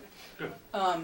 But in addition, I thought it was important to know that we've actually been on site with both the police and fire chief, and we will be addressing their concerns in a revised plan. And we'd be happy to hear the board's concerns as well as the public also. Great. Kirk, can I just ask, do we have a letter from the fire chief? There is something from the fire chief that he didn't make it into the packet, but there is. What was it, something. recent? It's the same, I mean, he basically says the same, but it was actually from a few weeks ago. It was right Um, after or at the Board of Selectmen meeting. So what does he say? Same thing as the police chief about the bottleneck and, Fire truck access. Fire truck in access. particular. at the narrowing. Right, not surprised. I've got Yeah, it. this area right here where the existing garage is next to the Right. property line. Yeah. So do we have any people from the local? I want to say something first. I wanna say something, I wanna ask something, go ahead. I think we have time for I everyone. find this really disgusting. It's disgusting for the neighborhood and lack of consideration of the neighborhood. Building a use that was never intended on that site into something that is much bigger in a residential zone. This should be on its own lot, someplace else in town. There are neighbors and things whose property is being depreciated by the petitioner, and you're reinforcing it, I hate to say it, as a lawyer. And this is not right to put all these cars out front and try and expand a use that was intended to be a small-term use, as I remember it, when it moved from 300 Turnpike. And this is disgusting. I just really find this is the worst thing that's come before us in all Well, these years. coming up. Well, Mr., to the member, and I'm sorry, I don't know your name, sir. David. You know, I'm sorry that you think that way. There's no issue with cars out here. And with all due respect, it's an exempt use under the statute and under your bylaw. It And may so- be, Yes, sir. but is that a good use Well, with the neighbors? Well, I happen to think it's fine. Well, There's a gravel pit next door. A gravel pit. They should have been before the planning board for site plan review, before they instituted this use, and that's a problem. We never were given an opportunity to review it. Do we have any neighbors here? So, I want to just clarify something. So you're seeking site plan review for the existing use, correct? Consisting of 42 students. You're not seeking approval of an expansion of the facility, are you? so what drove this was the issuance of a building permit for the foundation that's being constructed here. So that foundation is in place? That's correct. And that's what that's what drove the issuance of the cease and desist. Well, so what are you asking us to review then?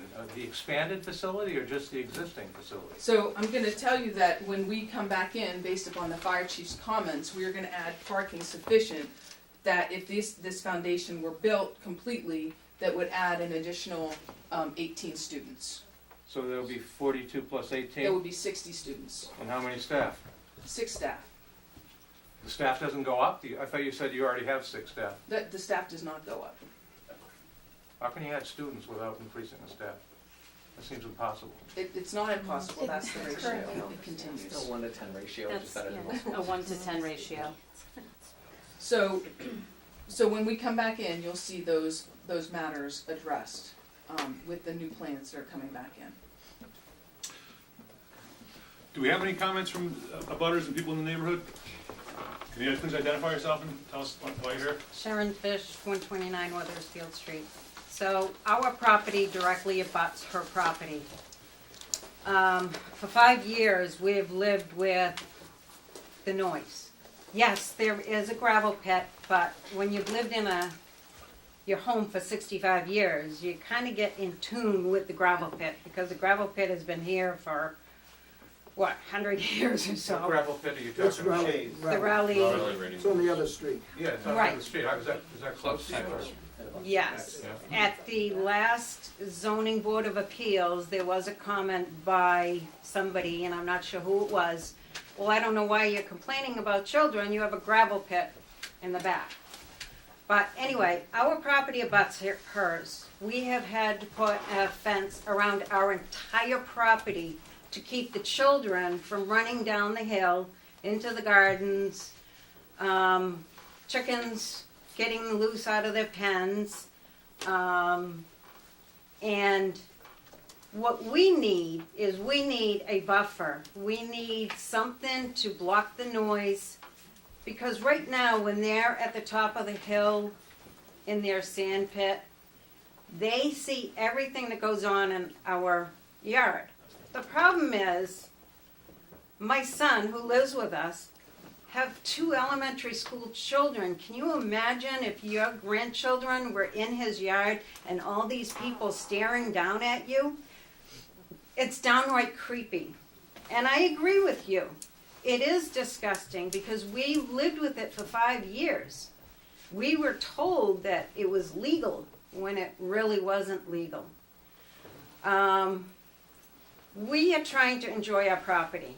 We turn our music up when the kids are out there because we're out in our backyard. We want to be able to hear our music, hear our talk radio, hear this, hear that. Shouldn't we as homeowners have a right to enjoy the privacy of our backyard? Never mind the parking. The parking is a disaster. They park all up and down the street. They block driveways. Almost gotten rear-ended people just trying to get out of my own driveway. They park on Weathersfield Street? Yes. In all due respect, we've been at that school for 5 years. People do not park on Weather Street. Yes, We have they not do. been Okay, allowed ma'am. to. Yes, they do. No. Mark They Fish, absolutely do. Nope. Sharon's husband, I will refute this lady right here. Okay, my wife said that we've lived here for 65 years. The lady's wrong. Recently, the school is making extraordinary efforts, okay, because they're going through the permitting process to behave, okay, to be good neighbors, because they need to go board approval. But prior to that, when they were operating illegally, there was a lot of conflict with parking on the street before you were around.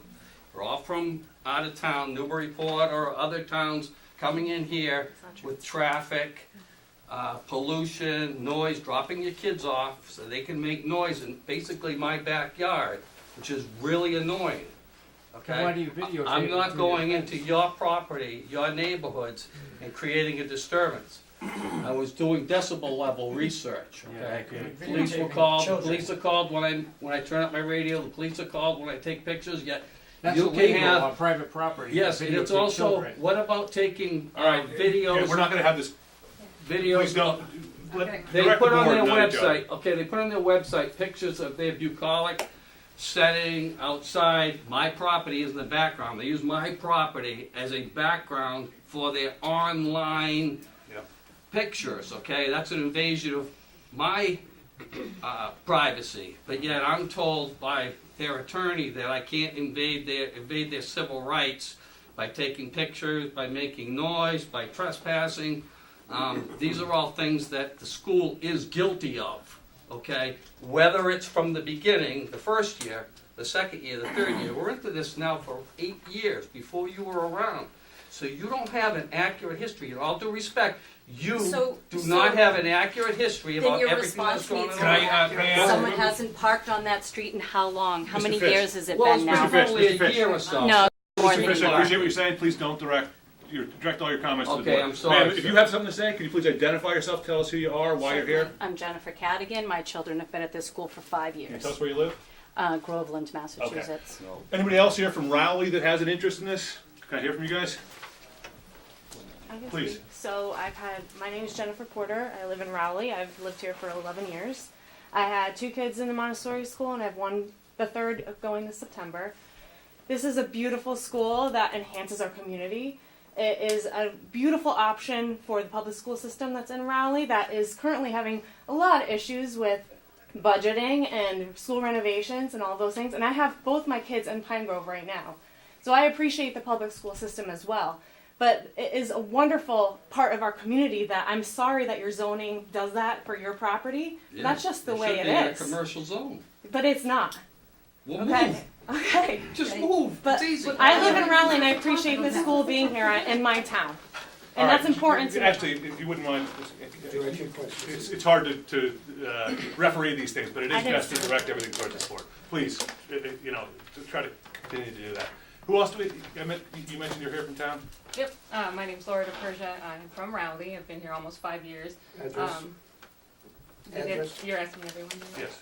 Sure. I'm 500 Weathersfield Street, so I'm also on Weathersfield. It's a little farther down. I agree with a lot of what Jen said. I think it's a wonderful complement to the other schools around.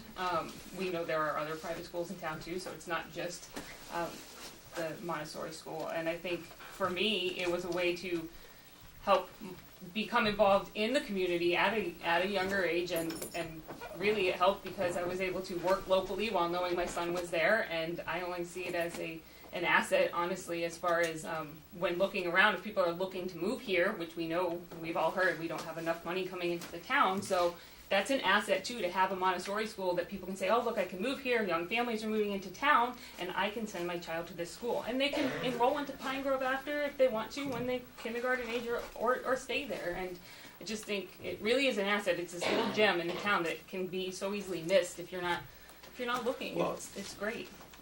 So, I mean, I appreciate that perspective. It does, and I don't think anyone would necessarily suggest that a Montessori school doesn't provide an option, and perhaps an attractive option, to what's otherwise available in a community. I think the objections that we're starting to hear from some of the people that abut and are in this community is that it's entirely misplaced where it's located. I mean, you can tell me about the state requirements and the exemptions from local zoning as a result. It doesn't change the fact that this is an absolute abuse of the zoning law to suggest that we should be putting a school that may house 60 students in a lot that couldn't house a single-family house because it's too small. So I think it's absolutely ridiculous. Nonetheless, I am confined by the rules and regs of this board and the state law, so we'll continue. But I'm with David. This is absolutely misplaced. It's an absolute abuse of your neighbors, and I don't you know, frankly, you know, I think that, I can't believe that you'd suggest that you can do that in a residential community. But here we are. Pam? One more question. Okay, in the event that this happens, what protocols are gonna be in place when fire can't get up there, when police can't get up there, when ambulances can't get up there, when parents are going up there to get their kids? God forbid there's an emergency. We're in Raleigh, but Well- Raleigh's not exempt from. Honestly, that's exactly why we're here, because we do have to consider the parking and access. So that's, we're gonna address that, if we're gonna address that on a day-to-day, and we're gonna address that in emergency situations. And life safety. Right. This lady has a- Please. Well, I just wanted to point out that children are not disgusting, and this is a beautiful school, and it's one household we're talking about. We're not talking about multiple members of the community. There's one representative here, 2 people from one household. That's what I wanted to say. I think the majority of people in this town don't even know that school is back there, because it's in a residential community. I didn't know where it was, and I knew when it was at 300 Newburyport Turnpike, and I thought it just had disappeared.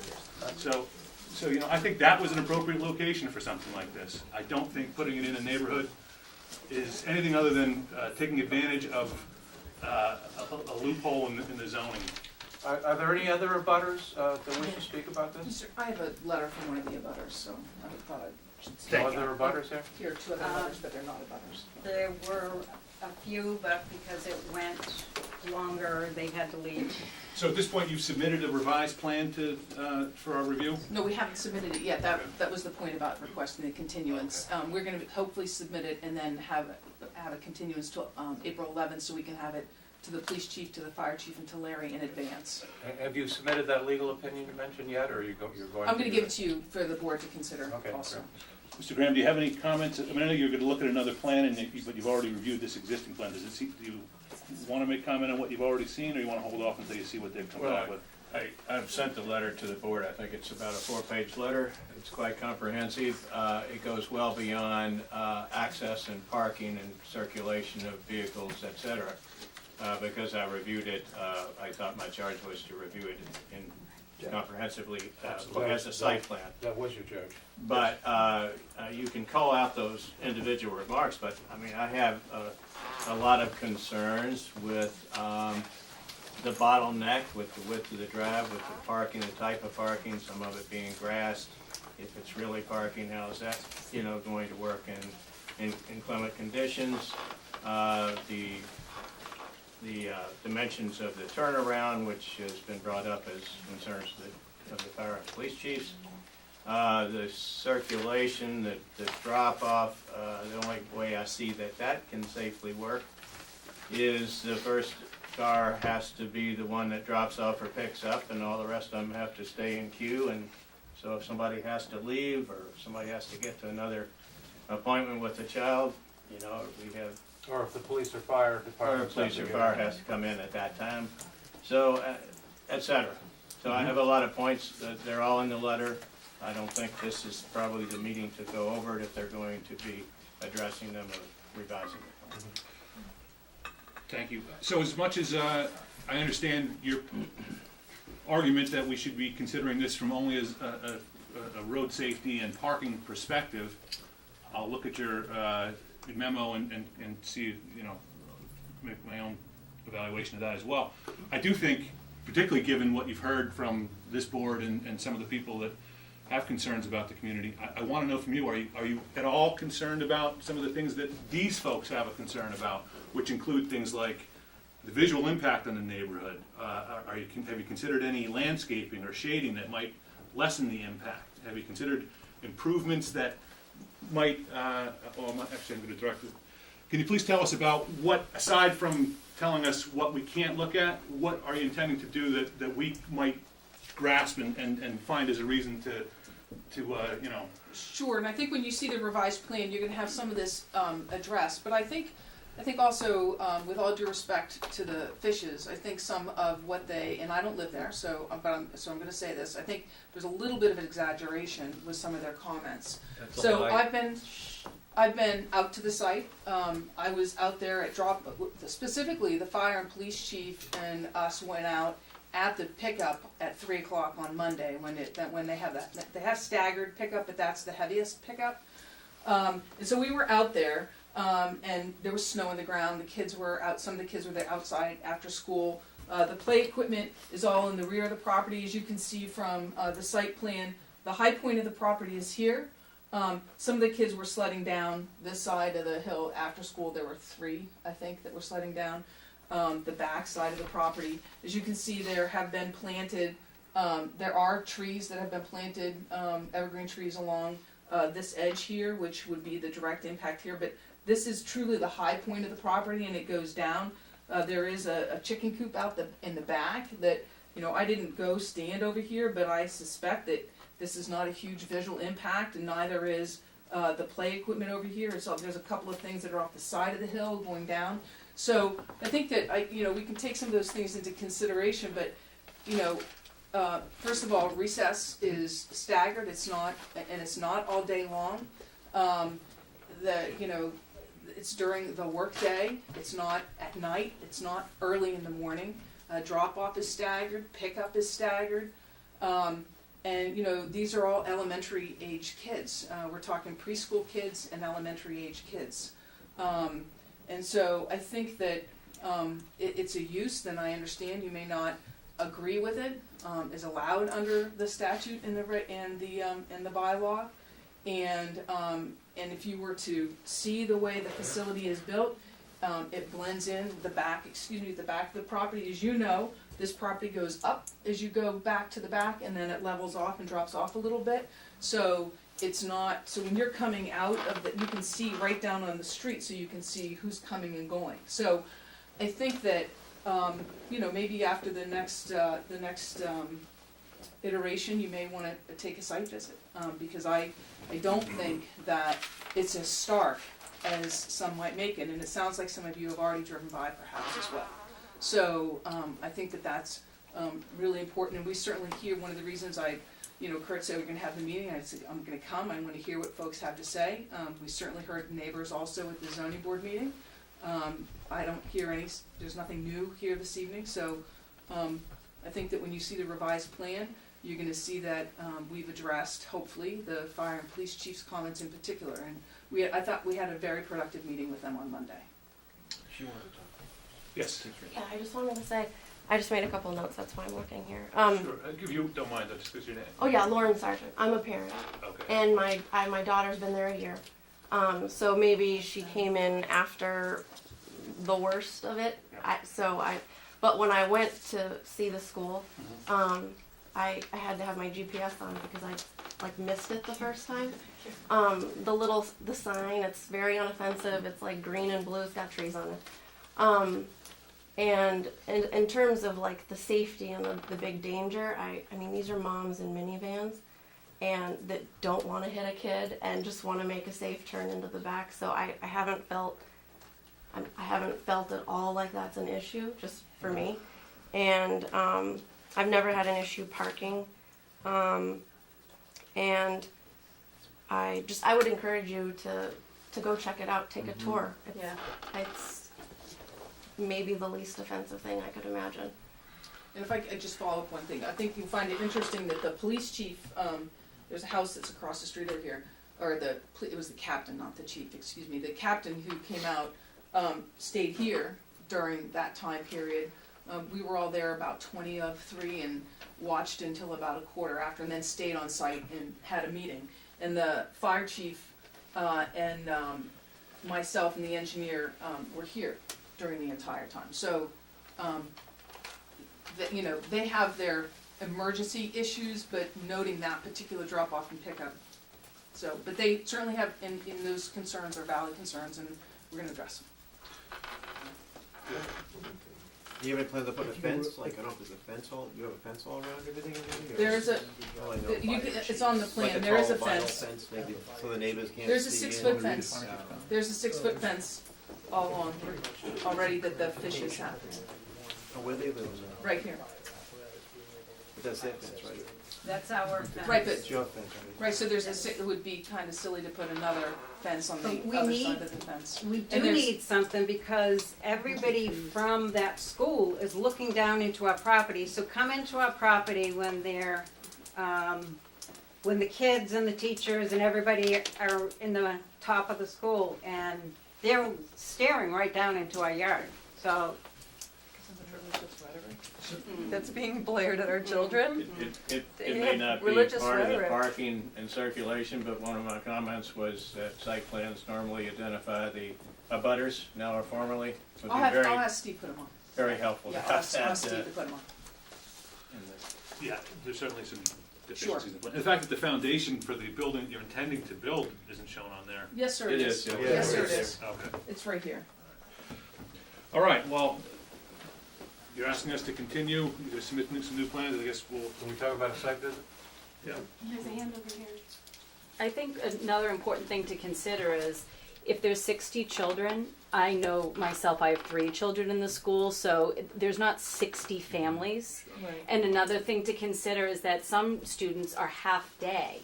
So it's not like all 60 kids are being picked up at 3 o'clock or dropped off. I mean, it's been staggered. If you're of preschool age, you know, pre-K, then you're a half day. And so there's a handful of kids that are leaving at noon. It's not like, and once again, it's not 60 families. I mean, she has 2 kids, you know, You know, she'll have 2 kids. I have I can 3 only kids. state back what, I mean, most of us have children. I have children in Pine Grove, okay? So, all these things are, you know, understood and the intention of the parents, the idea that they have a great environment for the children to be, that's all good and well. It's still in a residential neighborhood.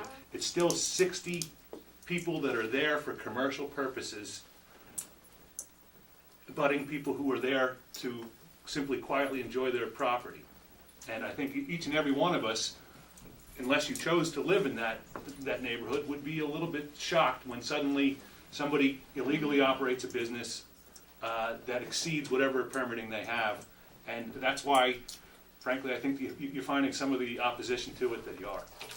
So we'd welcome you to a site visit. Okay, so I think we're gonna do that. In the meantime, I mean, how are you maintaining your business with the cease and desist order? Because we went to the zoning board and appealed it, it's stayed until until the whole process is over.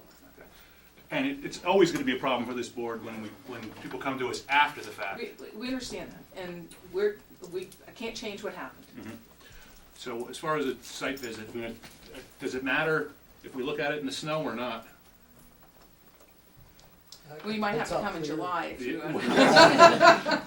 Don't say that. I mean, I think, you know, the snow's going away. Yeah. We're not gonna be back until April 11th, so if you Okay. wanna do it the first week of April, maybe? Yes, probably. Yeah. What day should we do it on? Yeah, I can't see what days are available. in What is April. Monday, the first? Yeah, Oh, that's the Monday. second, Monday, We're because talking about- April yeah. Fool's Day is a Sunday. And that's the second. Second, Good. Depending if you want to what do it. time? And otherwise, we'll put it on for a continued hearing on the 11th. What time on the second, sir? Oh, second? 8:30? I mean, we can do morning or, yeah, let's say 8:30. 8:30? Oh, no. Well, that's right in the middle of your day. Children start to come to school at 7:45. So you wanna do 9, I mean, do you want us to do quarter it 9? at 4:30, 4 o'clock? I mean, you have to, Four- you're running your business. 4 so- o'clock's fine. David, Mark, I'm okay. Cliff, What day is it? the second. Monday is the second. Can I make one little Sure. point about the noise and the traffic? The noise, the extra noise I could only really see as being maybe the half hour that they have a day of recess, and it's just, they're running around, hey, tag, you know, they're just kind of playing outside. They're not creating, like, I mean, We they're don't hate children. 7-year-olds. And I don't like them actually. Yeah, right. the one last point is just driving by, you know, like I live near a park in Newburyport, and cars drive by when it's family day, and I'll be like, oh wow, there's a lot more cars going by today. But it's no one's. It just there's just a slightly higher traffic for a very short period of time. I don't see the big deal. Well, Okay, so we're on, so I'm saying, with the second at 4 o'clock, and everyone that's here is welcome to be there at the public walkthrough, site visit.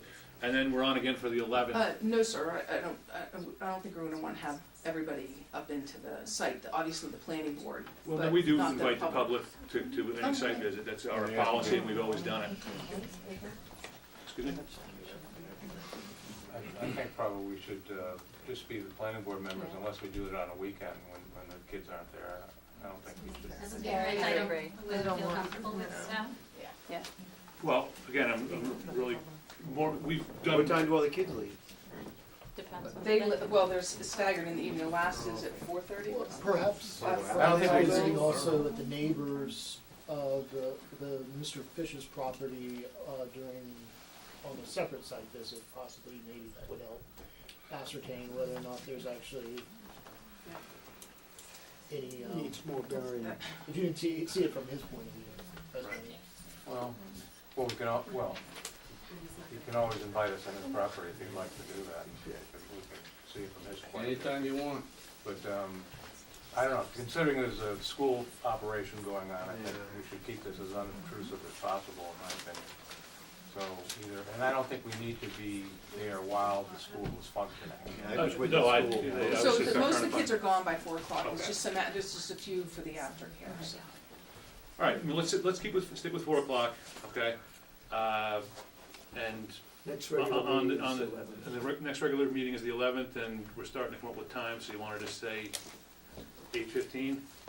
Because I know we're gonna have solar, and we're gonna have Newberry, and then we're gonna have at least this. Yeah, maybe put this at 8:50, or I mean 7:50. Do the solar at 7:30. Yeah, because that'll only take 20 minutes. 50 Newberry. Well, I think for what I was because I was talking to the town attorney today about like scheduling these things. He said we could actually put them at 5-minute intervals. Yes. You don't We've done actually have to 10-minute before. Put down times? You don't have to put down times at all, and that way you have flexibility, quite frankly. He suggested 10-minute or 5-minute intervals, but. Well, I think 15 is I think works well. We've done that in the past, but the problem is a lot, as everyone knows, a lot of things get continued, and you can end up with a big gap where you're just sitting there doing nothing, and I don't want that to happen. So We'll put you on for the 11th, and we'll just pack it all into the first half hour, and then we'll get to it as we get to it, okay? Okay, thank you. Thank you very much. Thank you for your time. All right.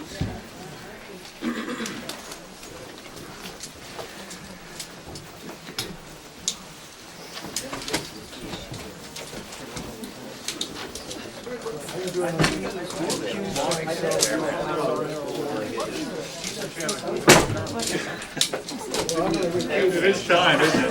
Is it your Thank you. You're welcome. Hey, Kurt, What else we got? we're gonna get with, this is it.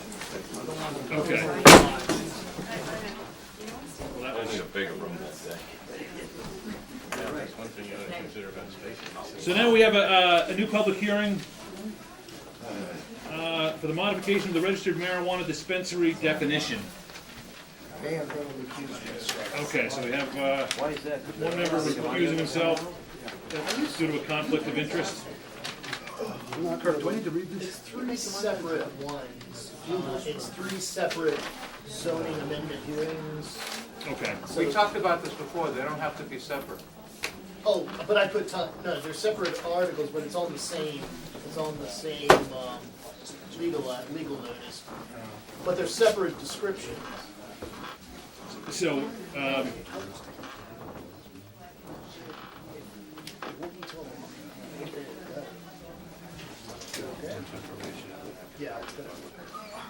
seems like it.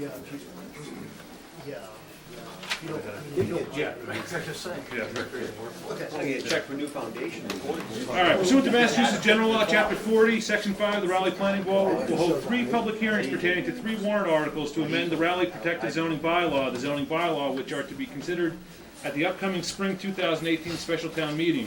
The public hearing will be held during duly noted public meeting scheduled for Wednesday, March 14th at 7:30 in the Town Hall Annex. Yeah. Building, meeting, room number 5, located at 39 Central Street in Raleigh. A description and specific time for each aforementioned public hearings are as follows. At 8:15, we're reading the article to amend the zoning bylaw, section 2, definition of registered marijuana dispensary, to remove text specifically designating RMDs as being not-for-profit entities. Kirk, should I just read through all 3 of these and then we'll open up each one? Okay, so let's just separate.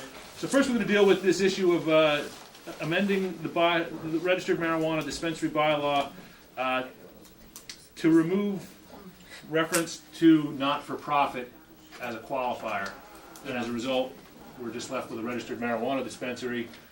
Yeah, and everybody has this in their packet, what that looks like. It's basically that definition, strike out not-for-profit, and so. Why are you getting rid of the not-for-profit? Because there will be a conflict. Some of these operations are going to be for-profit and. Well, of course they are, this one they do. Yeah. Yeah, well, even the not-for-profit or for-profit. So That's, some of the ones that are actually looking at us would have some issues. So this way, there's consistency within the bylaw about how we handle very similar operations. Yeah, The only distinction between these operations, and it's not going to be outwardly noticed, is whether they're for profit or non-profit. Yeah, and this is. So I think this just keeps both entities on the same playing field. Yeah, yeah. So I think, anybody specifically here to comment on this issue?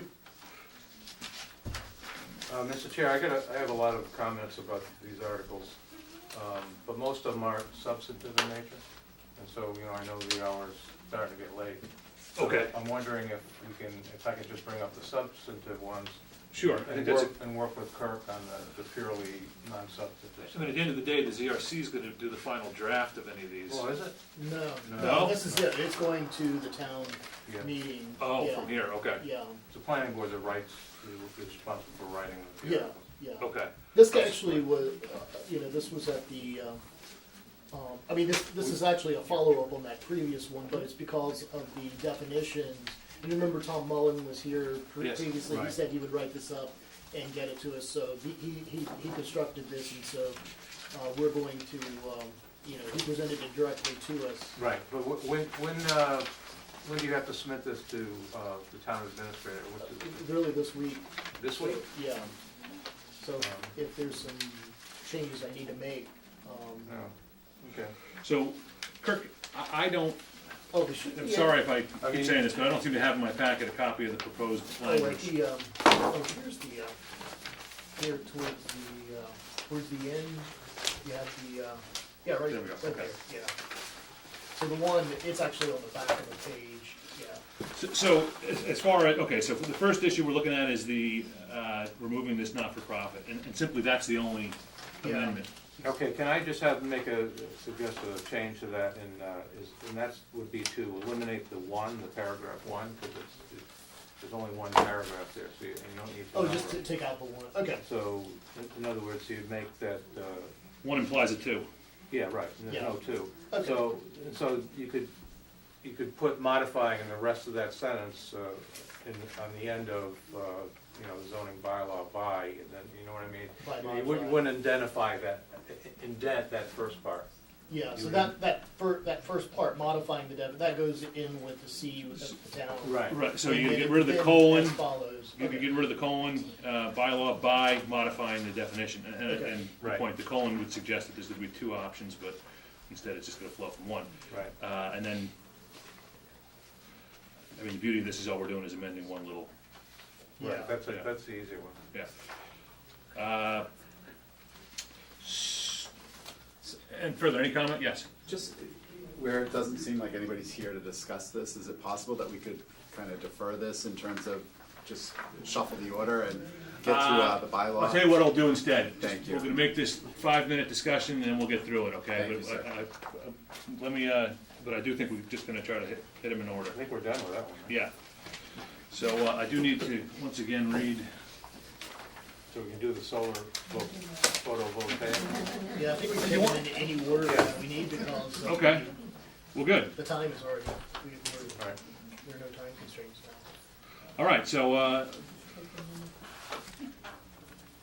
we're also here to discuss an article to amend the zoning bylaw, section 4.4 and 4.5, use regulations for the outlying and coastal conservation zoning districts respectively, to permit large-scale solar photovoltaic installations in the outlying and coastal conservation zoning districts with special permit approval by the planning board, and to add new zoning bylaw, section 8.9, pertaining to special permit requirements for large-scale solar photovoltaic installations.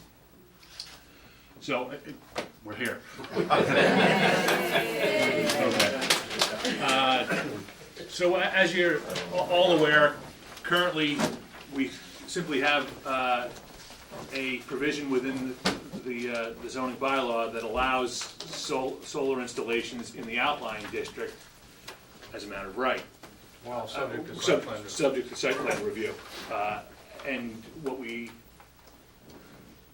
an opinion, but it may be inadequate given what we've just been through with what's going on at 623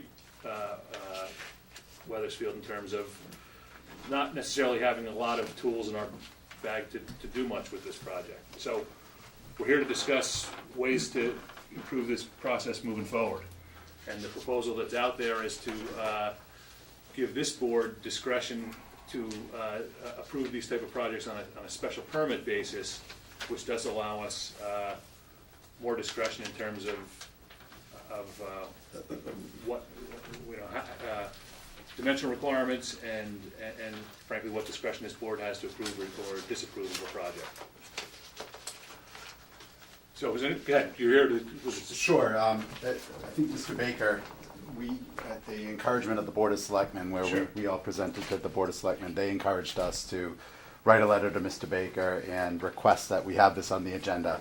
And so what we did is we basically looked at some Massachusetts Department of Energy recommendations back in 2014, and I provided you with a full citation, but this basically kind of identifies some potential bylaw amendments as I petition the planning board to consider. You guys are much more savvy to this than I am, or we are, as it relates to what the bylaw could look like, but it seems to me that where this is basically authored by the Massachusetts Department. Oh, I'm sorry, you didn't get one, sir? No, I apologize. Where this is authored by the Department of Energy Resources in Massachusetts, and Mr. Baker, you do have the URL to the PDF, and from talking with my neighbor, Ronnie Garin, there's actually more criteria that the planning board may wish to consider as it relates to basically petitioning this via the April 30th town meeting. Well, thank you for doing some additional research. It does help to get input. And the points that are raised by this proposed provision are certainly things that we I think are hoping that we can incorporate it into a special permit review. Where did you say you got this from? It's basically from the 2014 Massachusetts Executive Office of Energy and Environmental Affairs. The Department of Energy Resources did a report in December of 2014. Mr. Baker has the actual URL to the full document, and I think Ronnie has one as well. Sure. Thanks.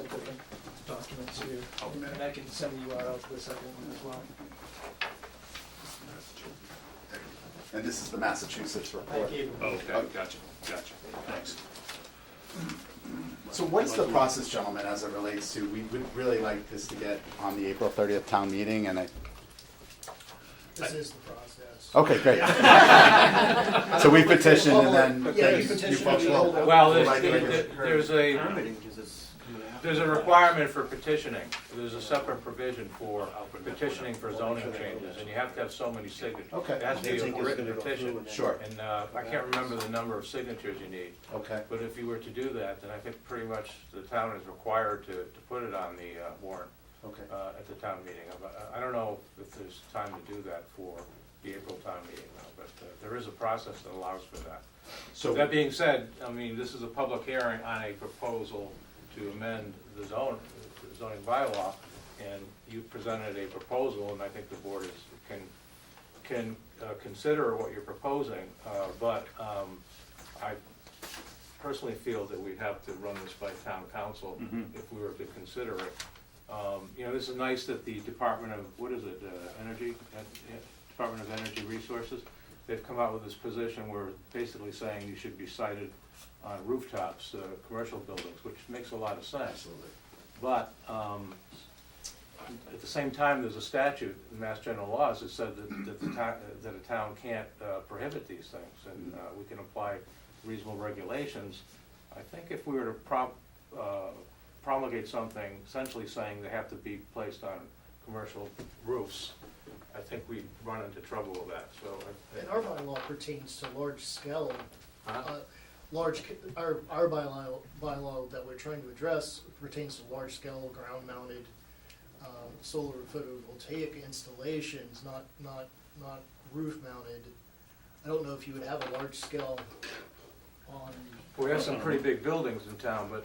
Well, yeah, but I mean, not, that would actually satisfy. Well, I guess my point is, I don't think, and I would want town council to look at this if we were to seriously consider this proposal. I don't think we can say that they have to be placed on top of buildings. What you sent me, I did take consideration, but when I was drawing this thing up, it was based on some of the deficiencies, I think, in the previous two cases that we've had. I don't want to say deficiencies, but some of the issues that came up that were common, and what we could do about it, you know, potentially still do in order to better address the citizen or the abutters issues. Is this your map right here? But, Yes. but the special permit change is a big change. It may not sound like much, but it is a big Well, change. and we're not saying, sir, that Yeah. it should only be rooftop. In Well- this recommendation, it's basically, the large mounted ground facilities cannot basically result in a significant loss of land or If or we natural followed resources. this guideline in the previous two cases where we permitted solar farms, we would not have been able to permit them. We would have had to say no.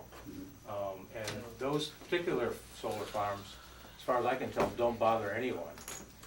They're an asset to the town. They bring in revenue to the town as well as generating energy, you know. So I don't know if we can, I don't know if I'd be in favor of this. I mean, I think these things can be There are recommendations on appropriately where you can allow these types of facilities to be built. I'm sure that well, the board, we're essentially making law in the town of Rowley, and we're promulgating rules. This is what we're doing. And I think, you know, we have to be careful about, you know, not promulgating rules that are too rigid and then totally prohibit solar farms, because, I mean, they can be cited appropriately, I believe. I think we've already done that. And they also provide, I think this is something people should consider, they provide landowners with an alternative to subdividing their land. And I think that can be a good thing, you know. But going on to this is, even if they change the rules, I think where they filed before. Understood. It was changed, I don't think it'll change anything happening next to you, which We're I'm just not trying to sure. protect other individuals Yeah. Sure. that, you know, in the future, Yeah. we would hate, for what we've gone through, we would hate to see other people in the town Well, have to go through and that. that's why, because I think we've learned from this experience, the one that's before us now, that, you know, that the bylaw needs to be tightened. That's why we're proposing to make this a special determination permit rather than site plan review, which again, it may not sound like much, but it is a big difference. And there's also a provision for a setback, a Yeah. minimum setback in here that we'll be Setback. talking about in a few minutes. Removal bonds. So, I mean, those are pretty substantial changes. They basically give the planning board more powerful tools to deal with these things and to ensure that they are cited appropriately and not inappropriately. And that's what we want to do. This is Yeah. just guidance. Yeah. You know, this I don't know if is you- not requesting that this be promulgated. It's just guidance. And Yeah, let's make no, I sure you're understand. aware of It it. out to a number, but. Have you seen what is proposed? No. Okay, we'd like to get you a copy of that. It's Okay. actually, I have Oh, it so on you've my- already drafted something. So, yeah, this is a draft that's been Okay. approved by town council, and we're here to, and you know what? Maybe It should might go- even help if I read it, Yeah, but, that'd be helpful. but then again, it's quite a lengthy read.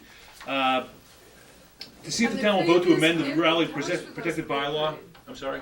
On the previous soil plans that you have approved, how much was clear cutted for those properties? Well, the one that stands out in my mind is the one off of Central Street. There's Right. no clear cutting. Right. It's That's what I'm pasture. saying. Yeah, that was farm, the one across from, the each out there. Never happened though.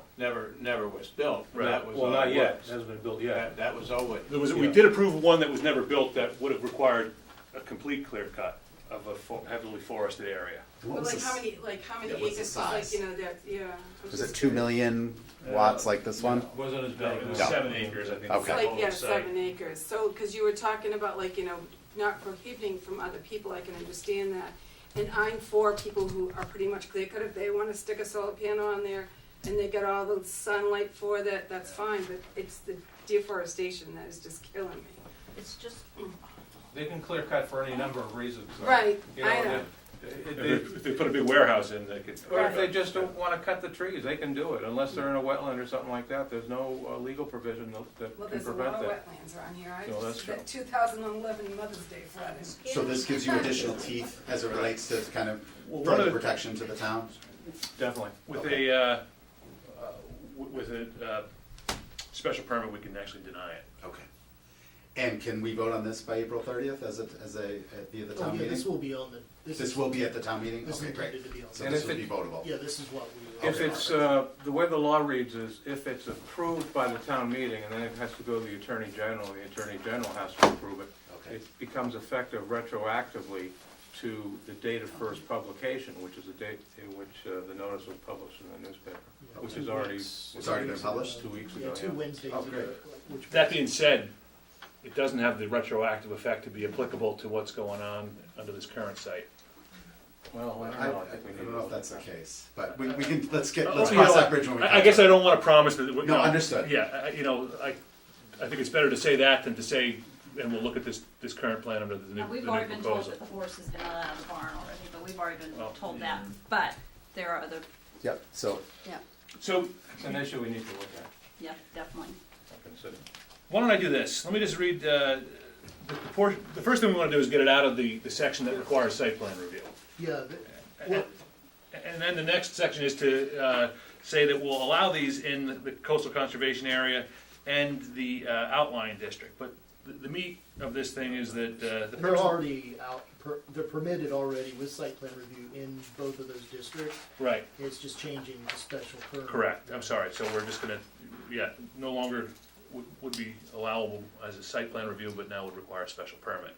And then the substance of it is the purpose of this bylaw is to establish some minimal standards to be implemented as determined necessary by the planning board in conjunction with the special permit and site plan review criteria so as to minimize the impact of of solar installations on abutting properties, to minimize the view of solar installations from public rights of way, and to maximize protection of the public health, safety, and welfare. Solar arrays shall be set back at least 100 feet from public rights of way located at least 100 feet from any property boundary shared with any residential use. So those are two things that I think right there would soften some of the corners on what we're currently looking at. 100 feet off the street, 100 feet from any property line. Sir? We're just talking about all this. I have no idea where the site is or how much. The one we keep talking about? Yeah. Okay, so How many acres? We're referring to, It's not really an issue in this public hearing. yeah, it's not part of it. We keep commenting on it, but there's a property on Weathersfield, 623, Yeah. I could bring it up. 40 acres, they want We to should build. probably not talk a lot about Yeah, this. that's true. we can educate you, sir. We'll educate you out Yeah.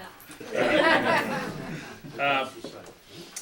An applicant shall demonstrate to the planning board's satisfaction that the proposed installation will have a minimum visual impact from abutting residential uses and from the public right-of-way. The planning board shall have the discretion to require visual screening in the form of fencing or vegetative landscaping as necessary to adequately minimize the visual impact. In the event that the operation of the solar field ceases, the owner shall, within 90 days of cessation of operations, remove the array and restore the site to its natural state, except that landscaping and grading shall remain in place.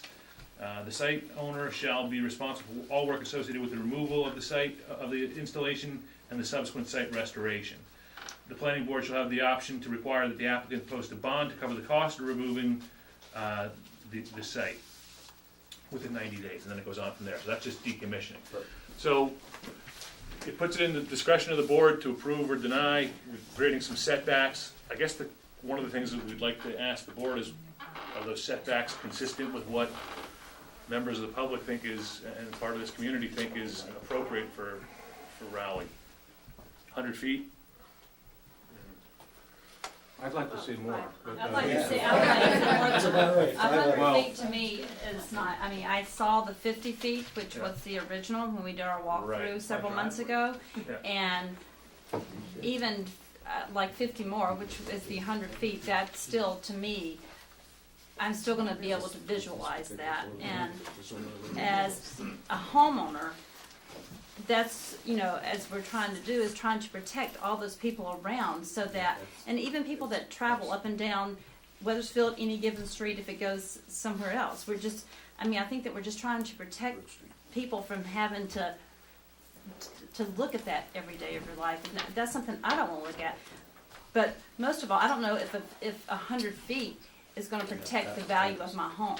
Well, first of all, it's only a minimum setback, so Right. that you have to consider that. But I'd like to make two proposals really on this issue, and you're probably gonna like the first one and not like the second one, so I'll just warn you about that.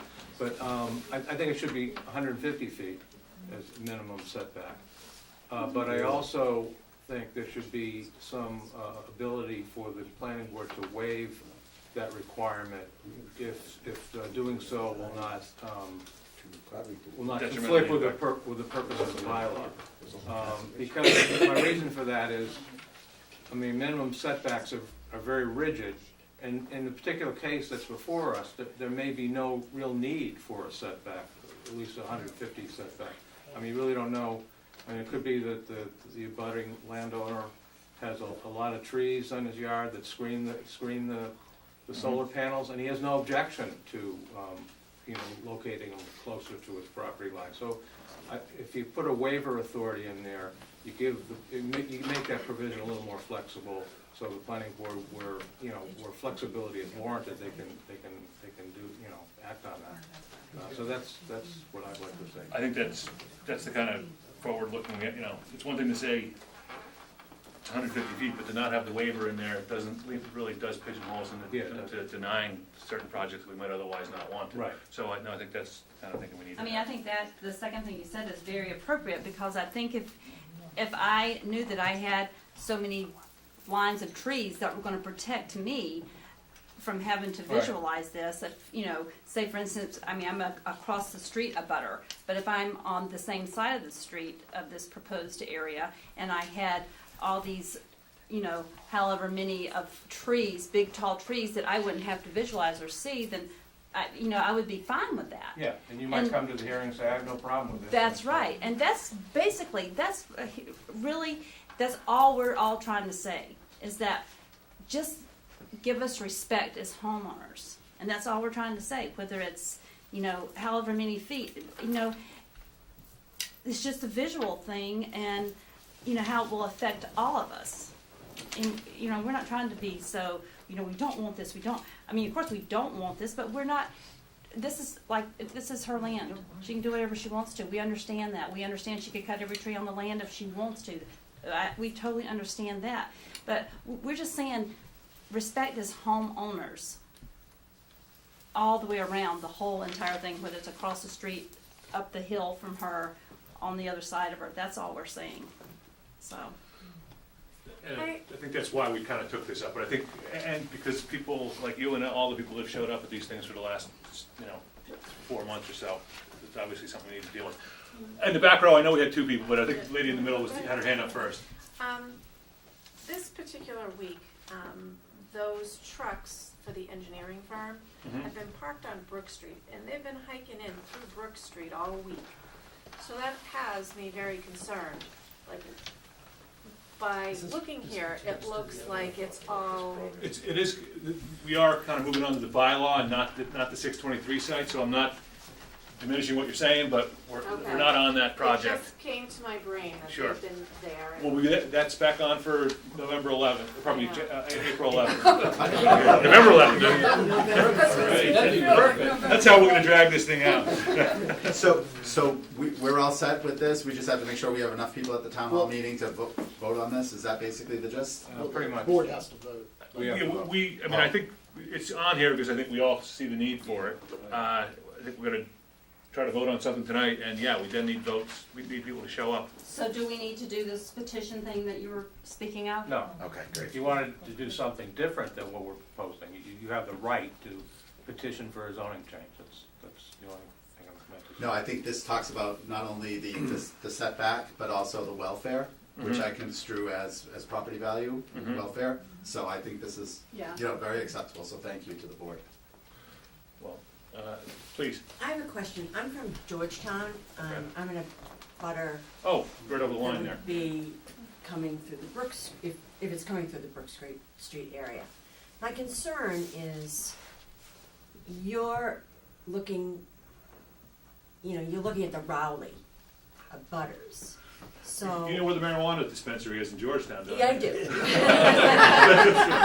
Go buy it every day. So who do we go to?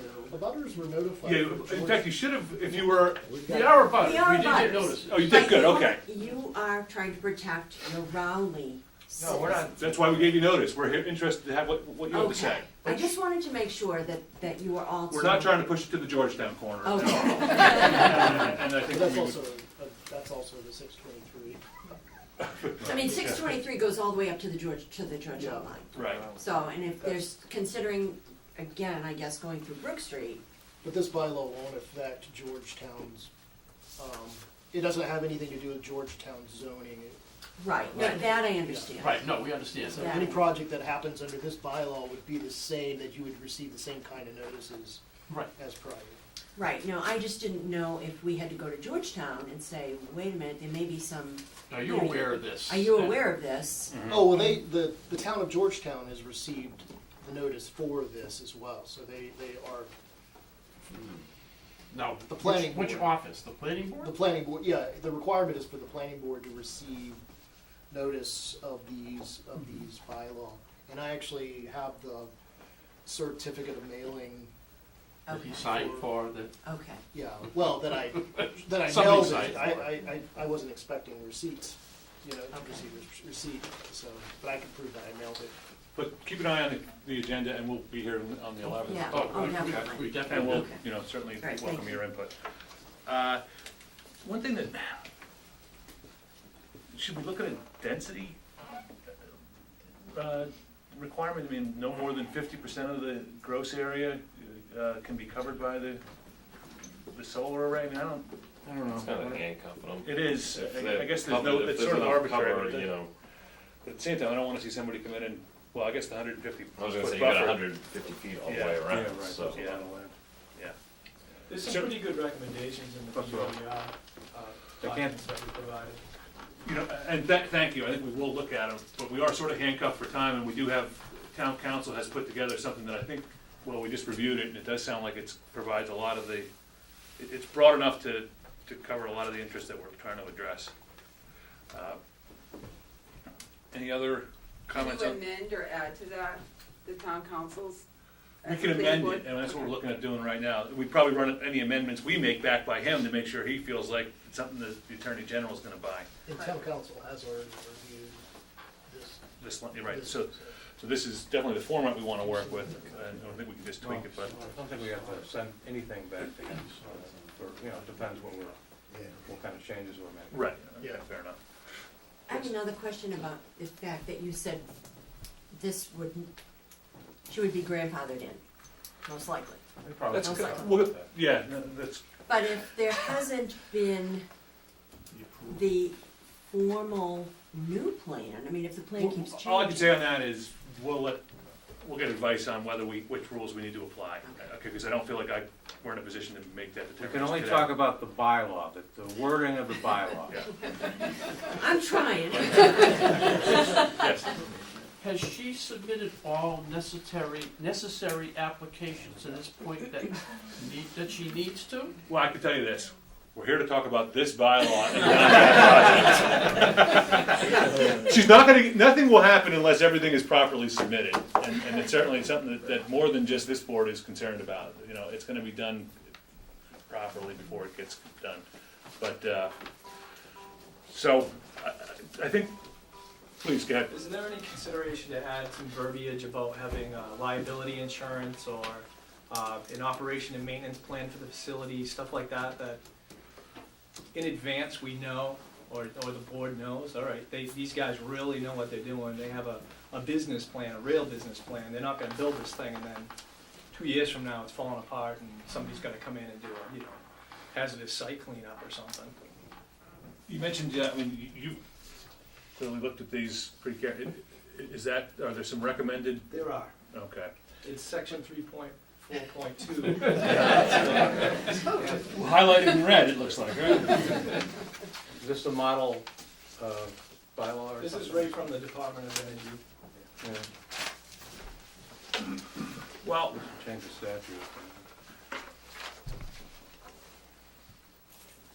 Aren't you somewhat covered in this last page? Yeah, there's the provision for a bond in here. Yeah.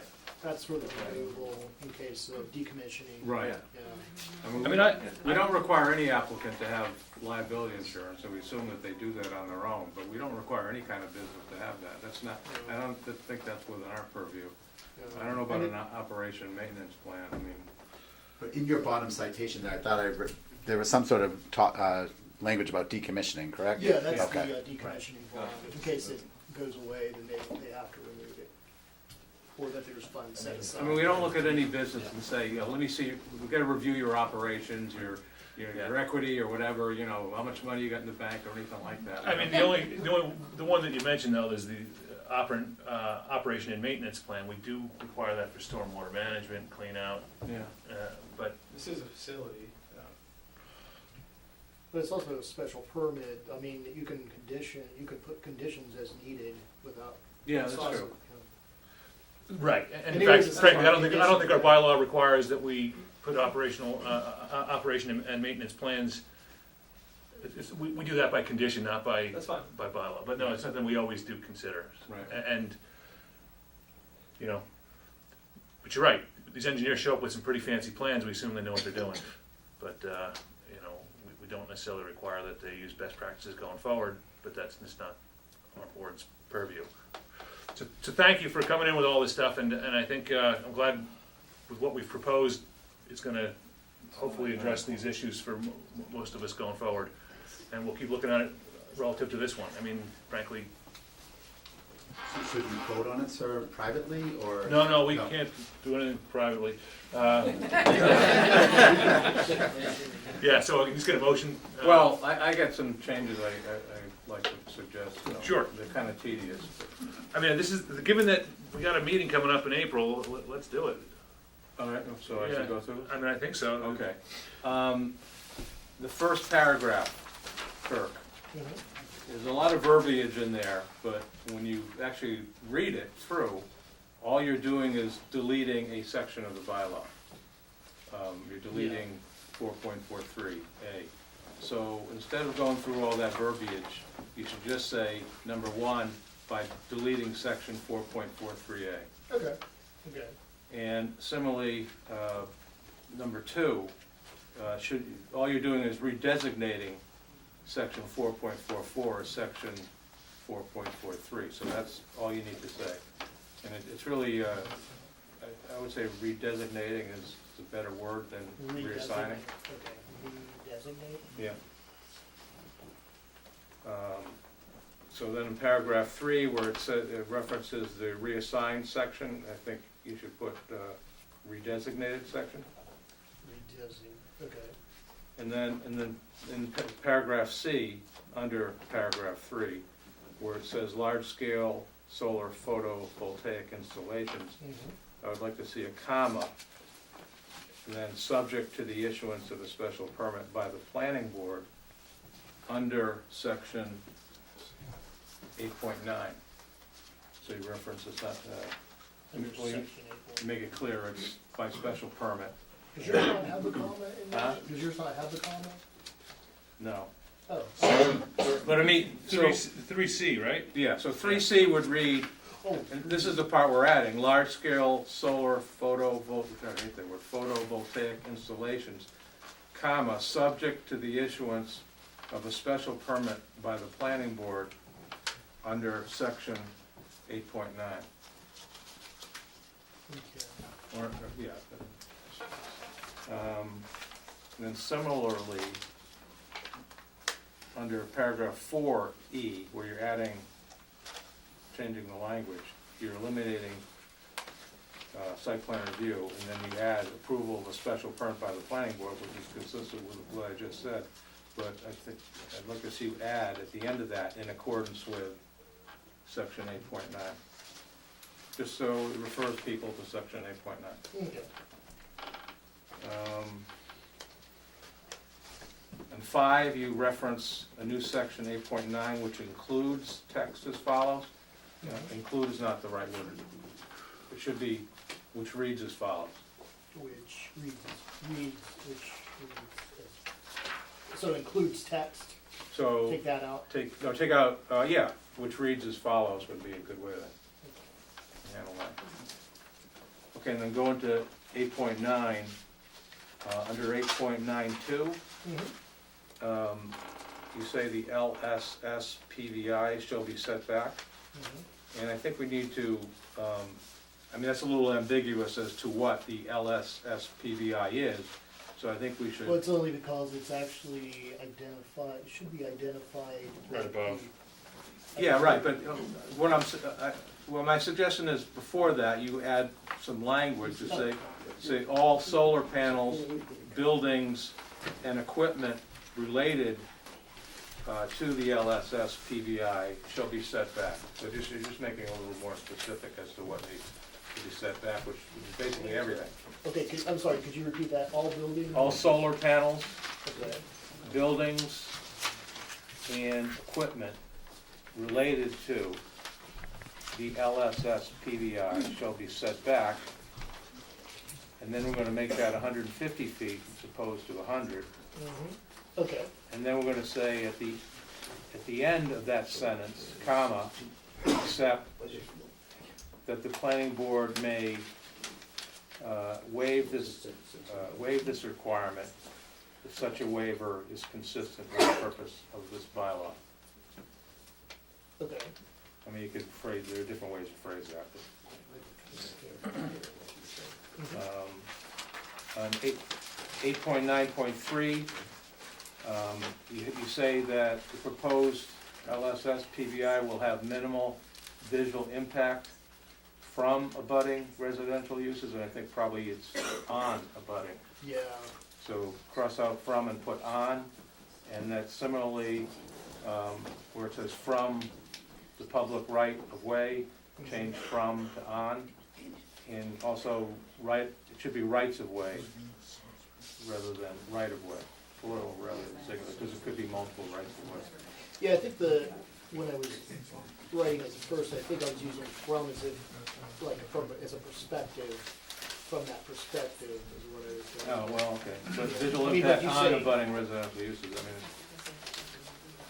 I mean, I think, well, let's stick with on, yeah. Because, but it is just the use of the word. and then, Impact on. yeah.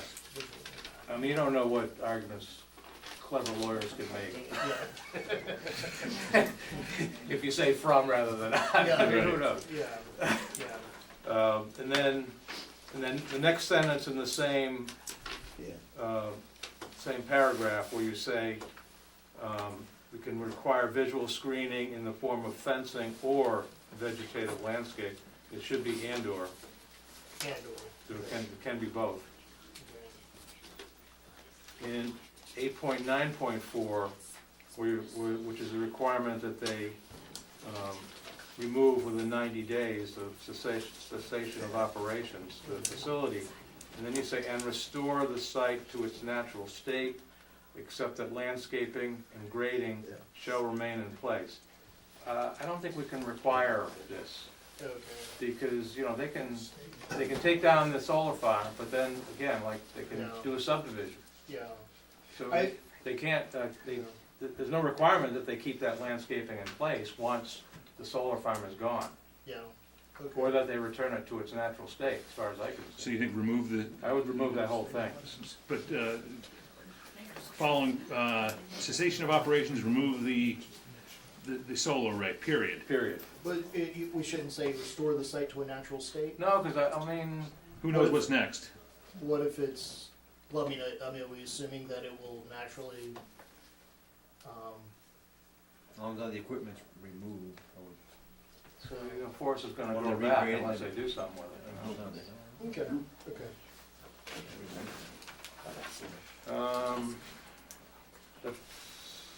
That's it for that one.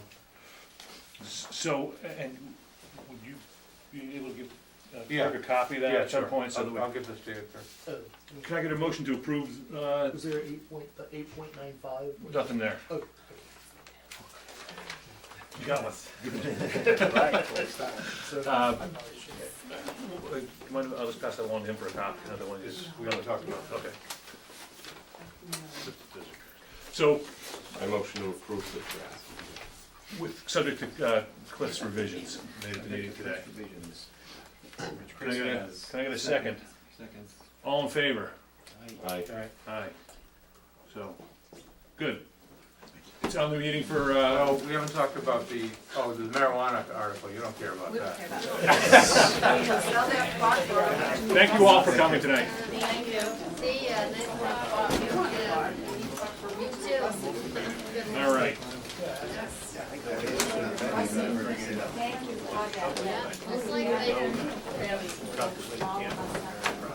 She's a very good writer. I know, me too. She's just got a Question, so, we haven't on the informal discussion tonight about opening the space for 430 Weathersfield? Actually, That's a they great came idea. in and saw how long, I mean, they were on at the very end. And so we were also making our conservation agent wait, so he decided to just, wait until. I don't like to sneak attack anybody, you know, if they're out for 11 tonight, you might as well give them. Yeah, instead of I don't tonight. April 11. Oh, April 11. Yeah, so, sorry, yeah. For these rules. You didn't read the notice? All right, so, no, thank you. Just in That's a good case point. they do. Right, they, What's that? maybe an excellent point that, we should let, what's his name? Cameron know of the proposal that's gonna be, I mean, whether we don't know whether he's gotta comply or not, but he might as well have the Oh, yeah, opportunity I to was- comply. Yeah, I was actually just talking to Tom Beatrice today, he's the attorney, Yeah. and I forwarded a copy to him. So they've been made aware that this is going. Oh, you did forward a copy to him? Oh, already? yeah, yeah, Great, great. yeah. Well, you might wanna let him know that we're upping it to 150.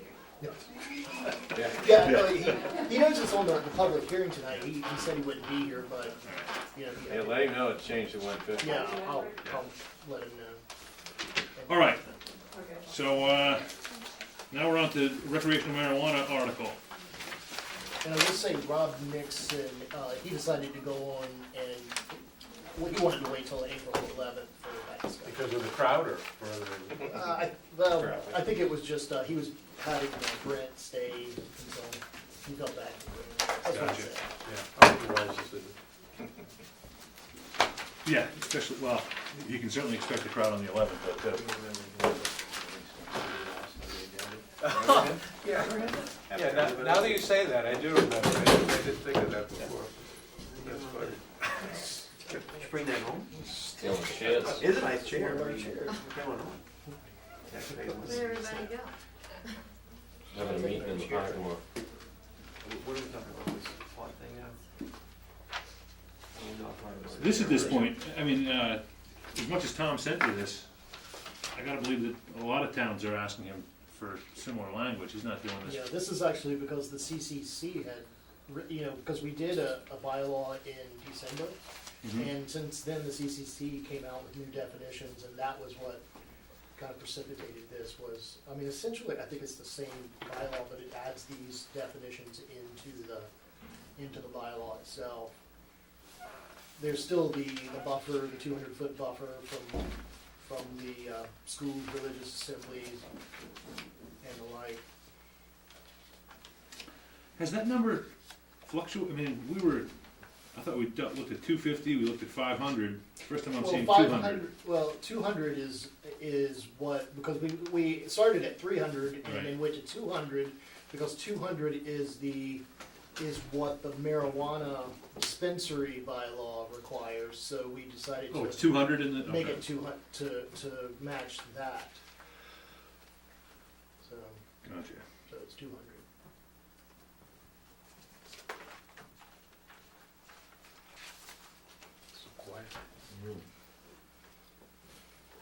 So it usually is. Everybody agrees. Crickets. I don't enjoy this. I got some Not comments, 10:15 Mr. Chair. tonight. Please then, yeah, why don't you tell us what you're thinking? Actually- All right, so, I'm sorry, did we actually need to read the, oh, sorry. Just formality. We've gotten through so many of these darn things, I agree with you, but I need to No, know. it's like you'll have it here I've on got the two desk sets of and it these, just Dan. disappears. Here we go. Okay.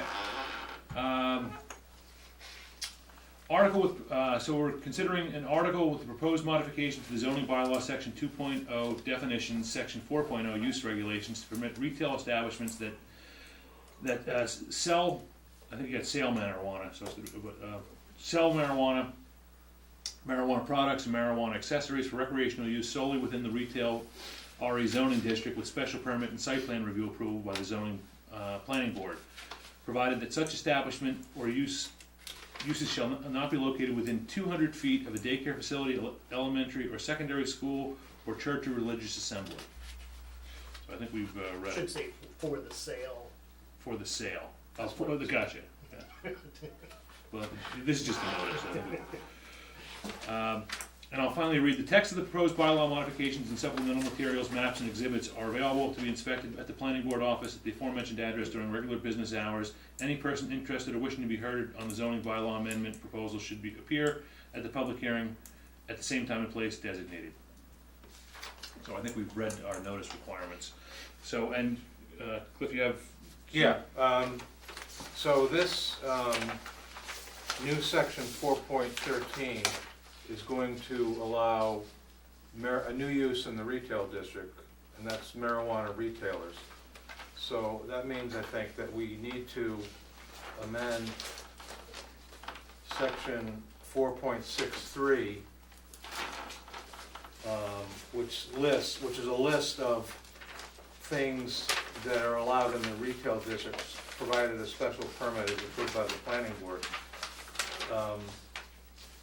And which also includes, in that list includes registered marijuana dispensary. So we have to add another use to this section.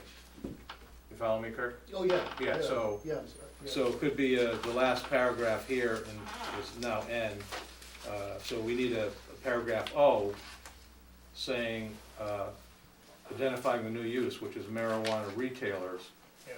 And then in accordance with section 4.13, a cross-reference, Okay, okay? okay.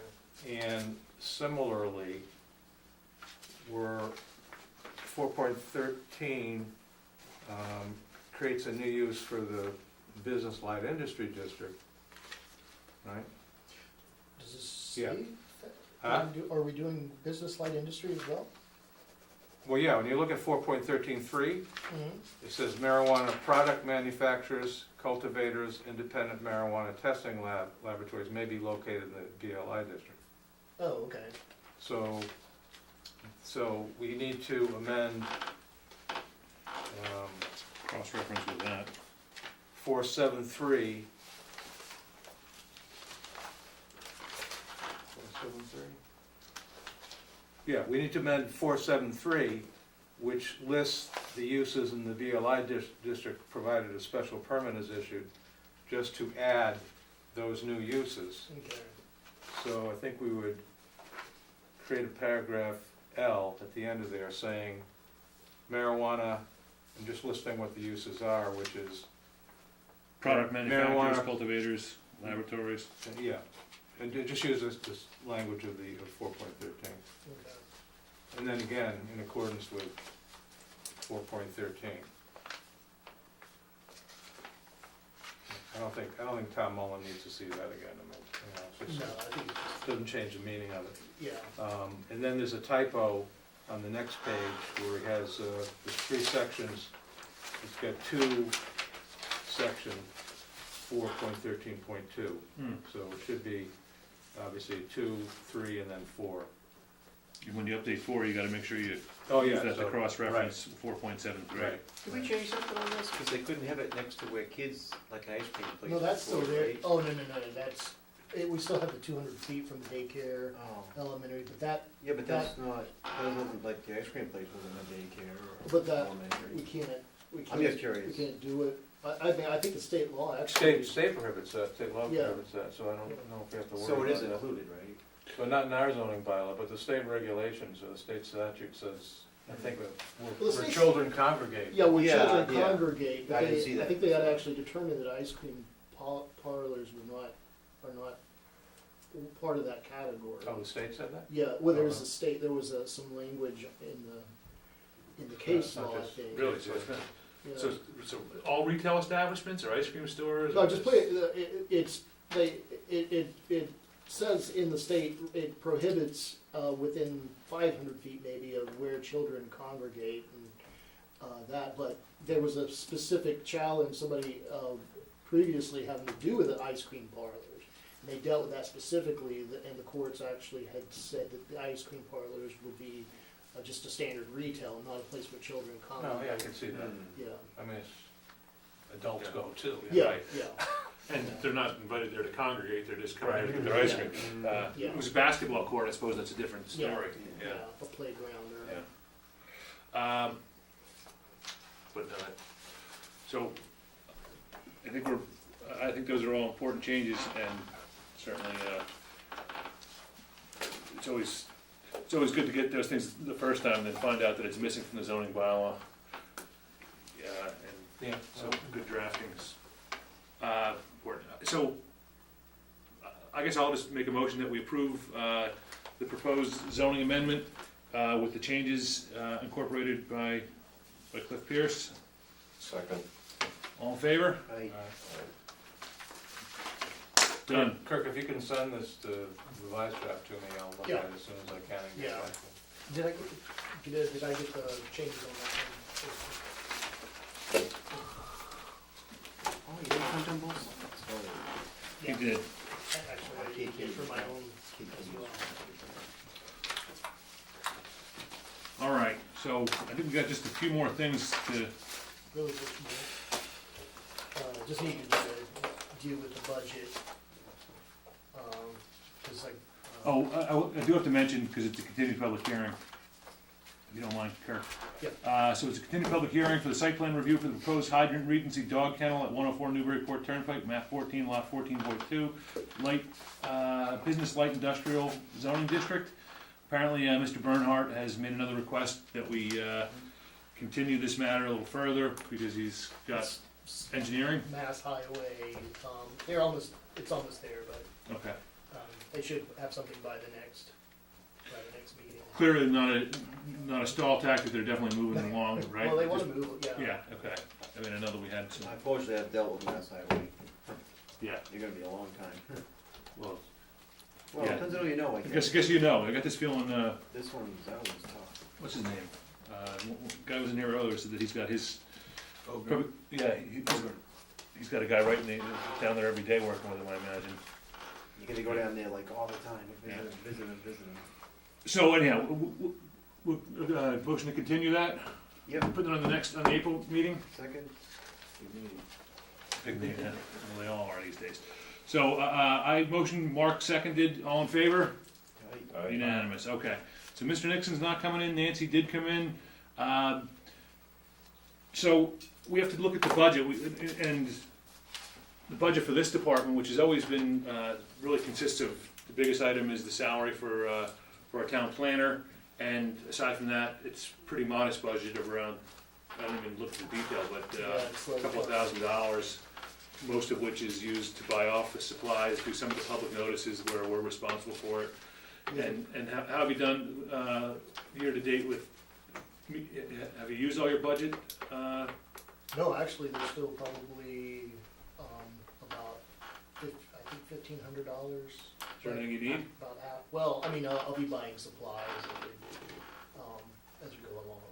You know, Those fancy pens to sign the Mylar. Okay. Well, certain pens, yeah, but, yeah, pens. So you got, so that's, I mean, as far as the cash on hand budget that you operate, Yeah, we don't have petty cash. You don't have petty- Yeah, we don't use okay. petty cash. that's a bad term, Um, the revolving budget that we use. Oh, yeah, here. the revolving, I yeah. mean, is that adequate? It seems like. Well, yeah, I mean, that's really for, when a project comes in and, Larry does a review, we ask for them to submit that amount to cover that, so, that's the revolving account. That's the okay. There's also the account which is the consultant account, which we pay the general fees, and other projects had, like, the one for, well, that wasn't, the Pine Grove one wasn't one, but like, when the planning board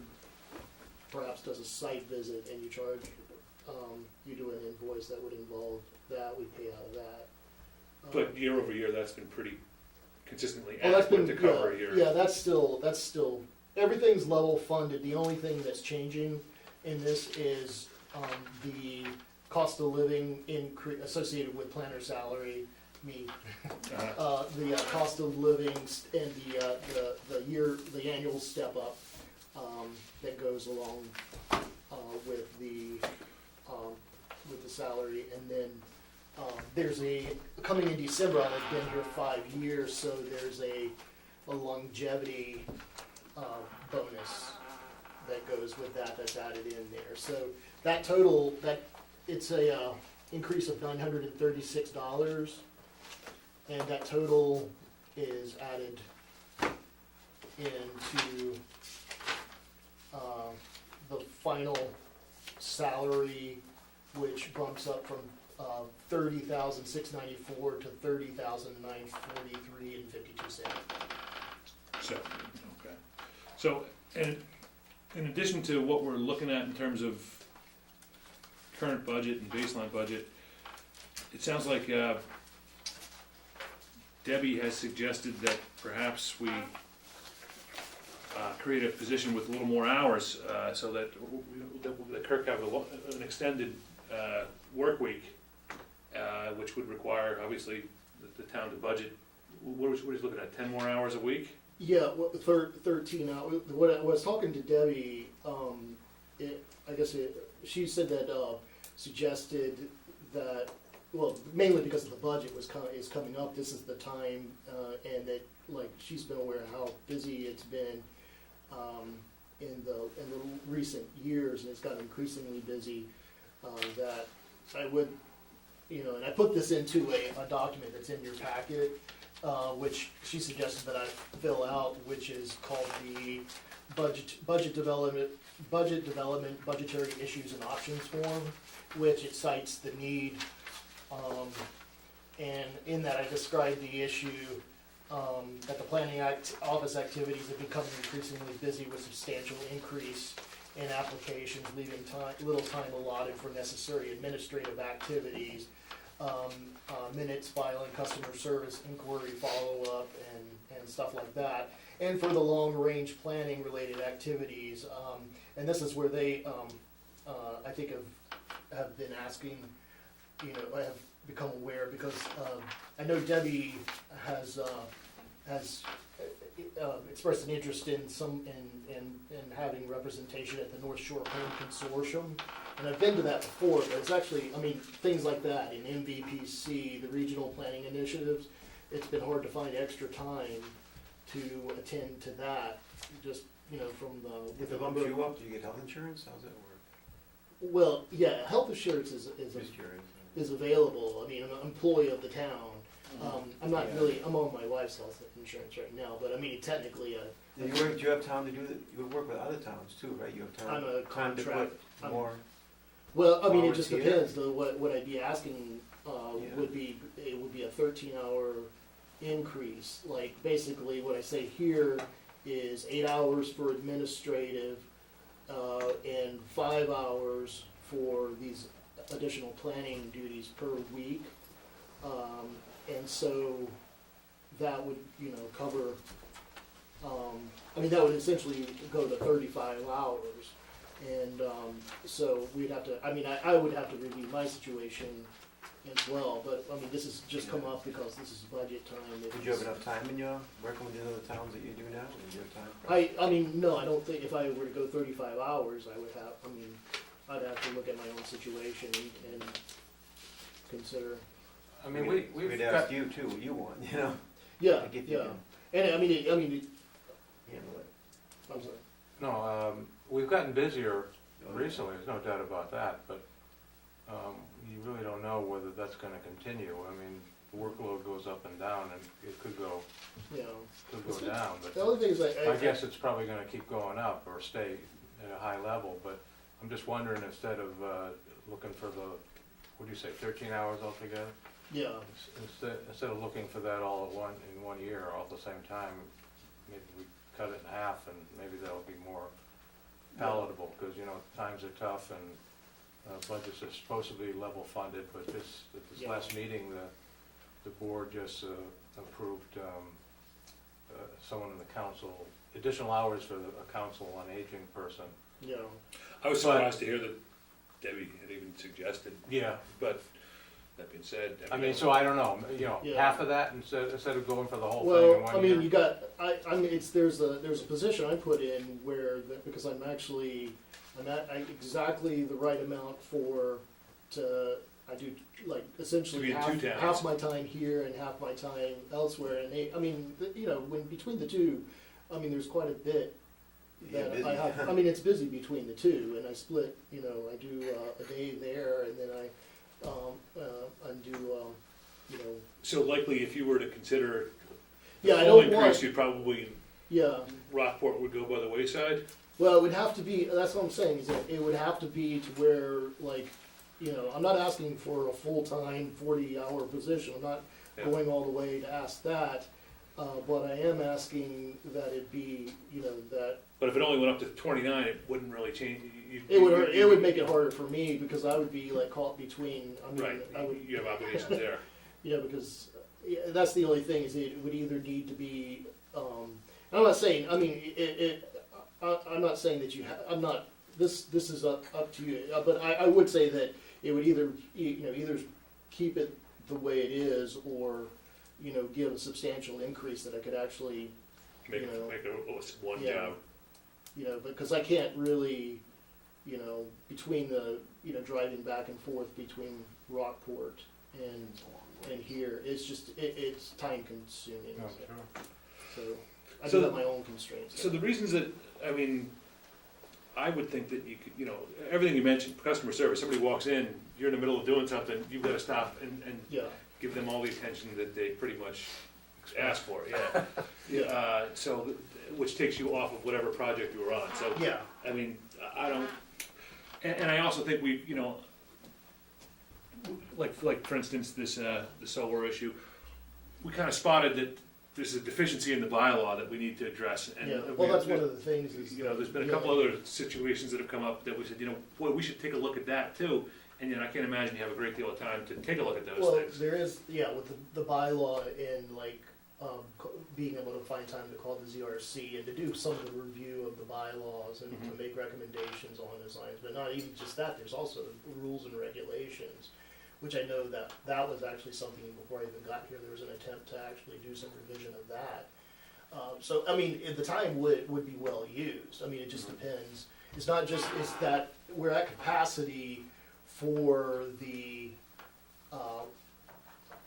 application load that we do have, so that there's no real good amount of time left over for proper administration. There is some administration, administrative stuff that I can do, but it's just, the filing is impossible to keep up with. And the files are all upstairs now, so, I have to keep some files downstairs that I think I'm going to be using consistently. When we throw something like a second meeting every month on, or any month on, do you just put in for extra hours? I mean, Well, I mean, that goes to comp time.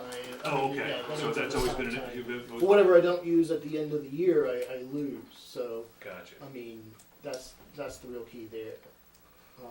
Okay, so because I was just thinking if we do end up trying to Yeah. I can't imagine we're gonna do it every month because every winter it slows down.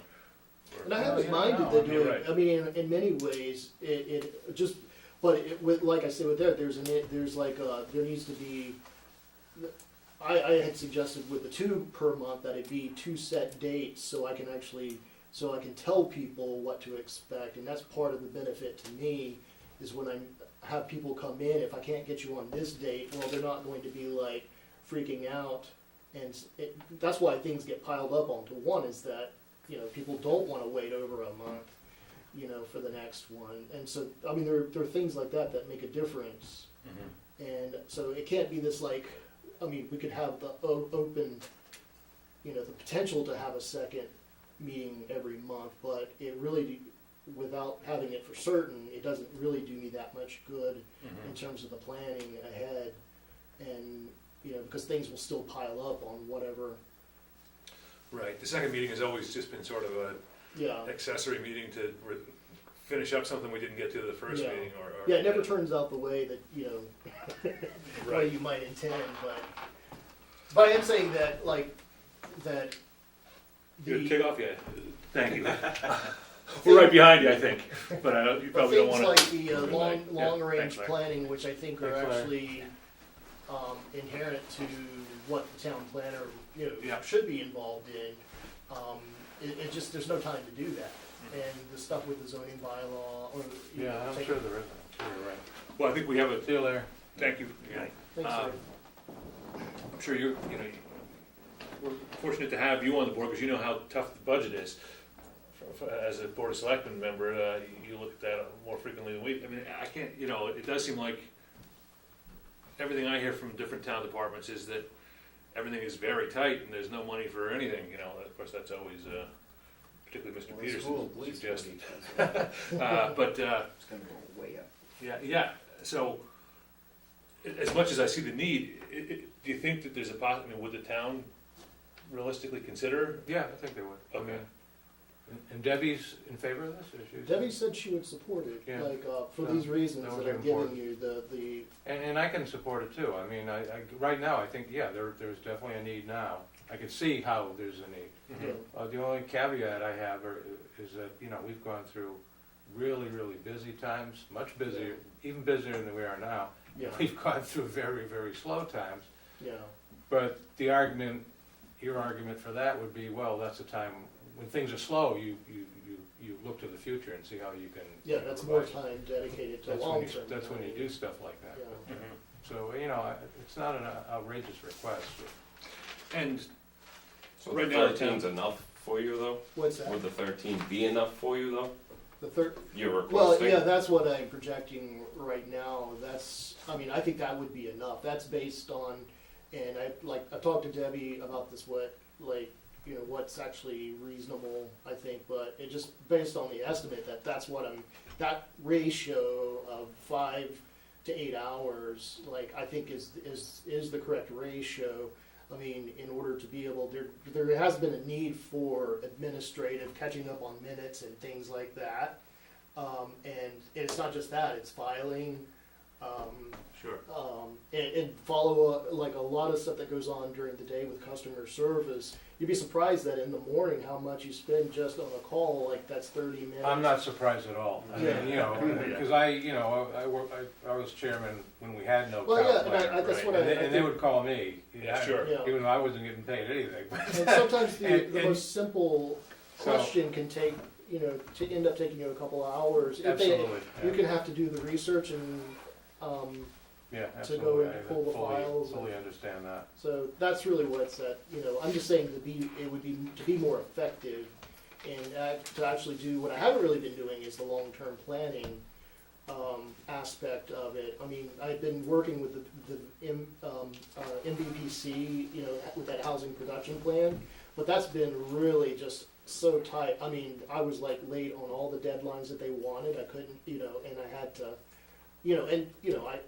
I kind of sent you some of the stuff too to, to get your input. But it's a very rushed job to actually even deal with those things. And I'm telling you, like, I've you got, can't give half your attention, or, just a passing glance at it and have it be useful. yeah, and I'm just saying being spread out like that, it has its effects. I mean, Well, so let's ask for it and see what the selectmen say about it. yeah, and Well, you it's can really. see And it is the unfortunate fact that if they said, we'll give you half of what you're looking for, it's gonna put you in a situation where you may not, Yeah. that might not work for you, but I think we gotta just deal with Well, that when we yeah. get there.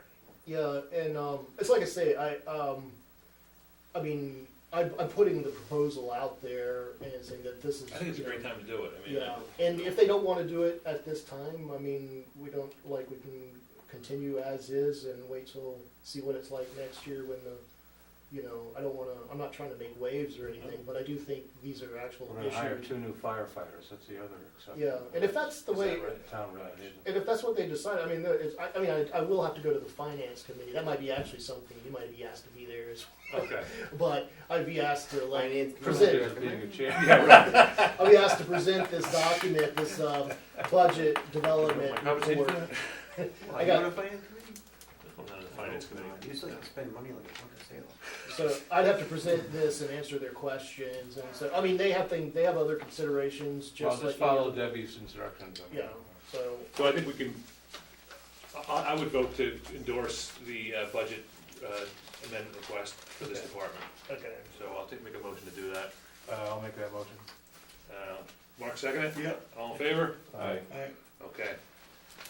And otherwise, approve the increases requested for fiscal year 2019.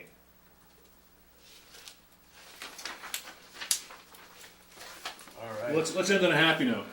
Is that it? David snuck out? I didn't even. Yeah, a long time Yeah, ago. yeah, Hey, works. What did you say? He said he had a marijuana dispensary conflict. Yeah. Oh, I didn't know how to take that. I think we all know how to take that. I'll make a motion to adjourn. A second. All in favor? Aye. Certainly, that was a long one.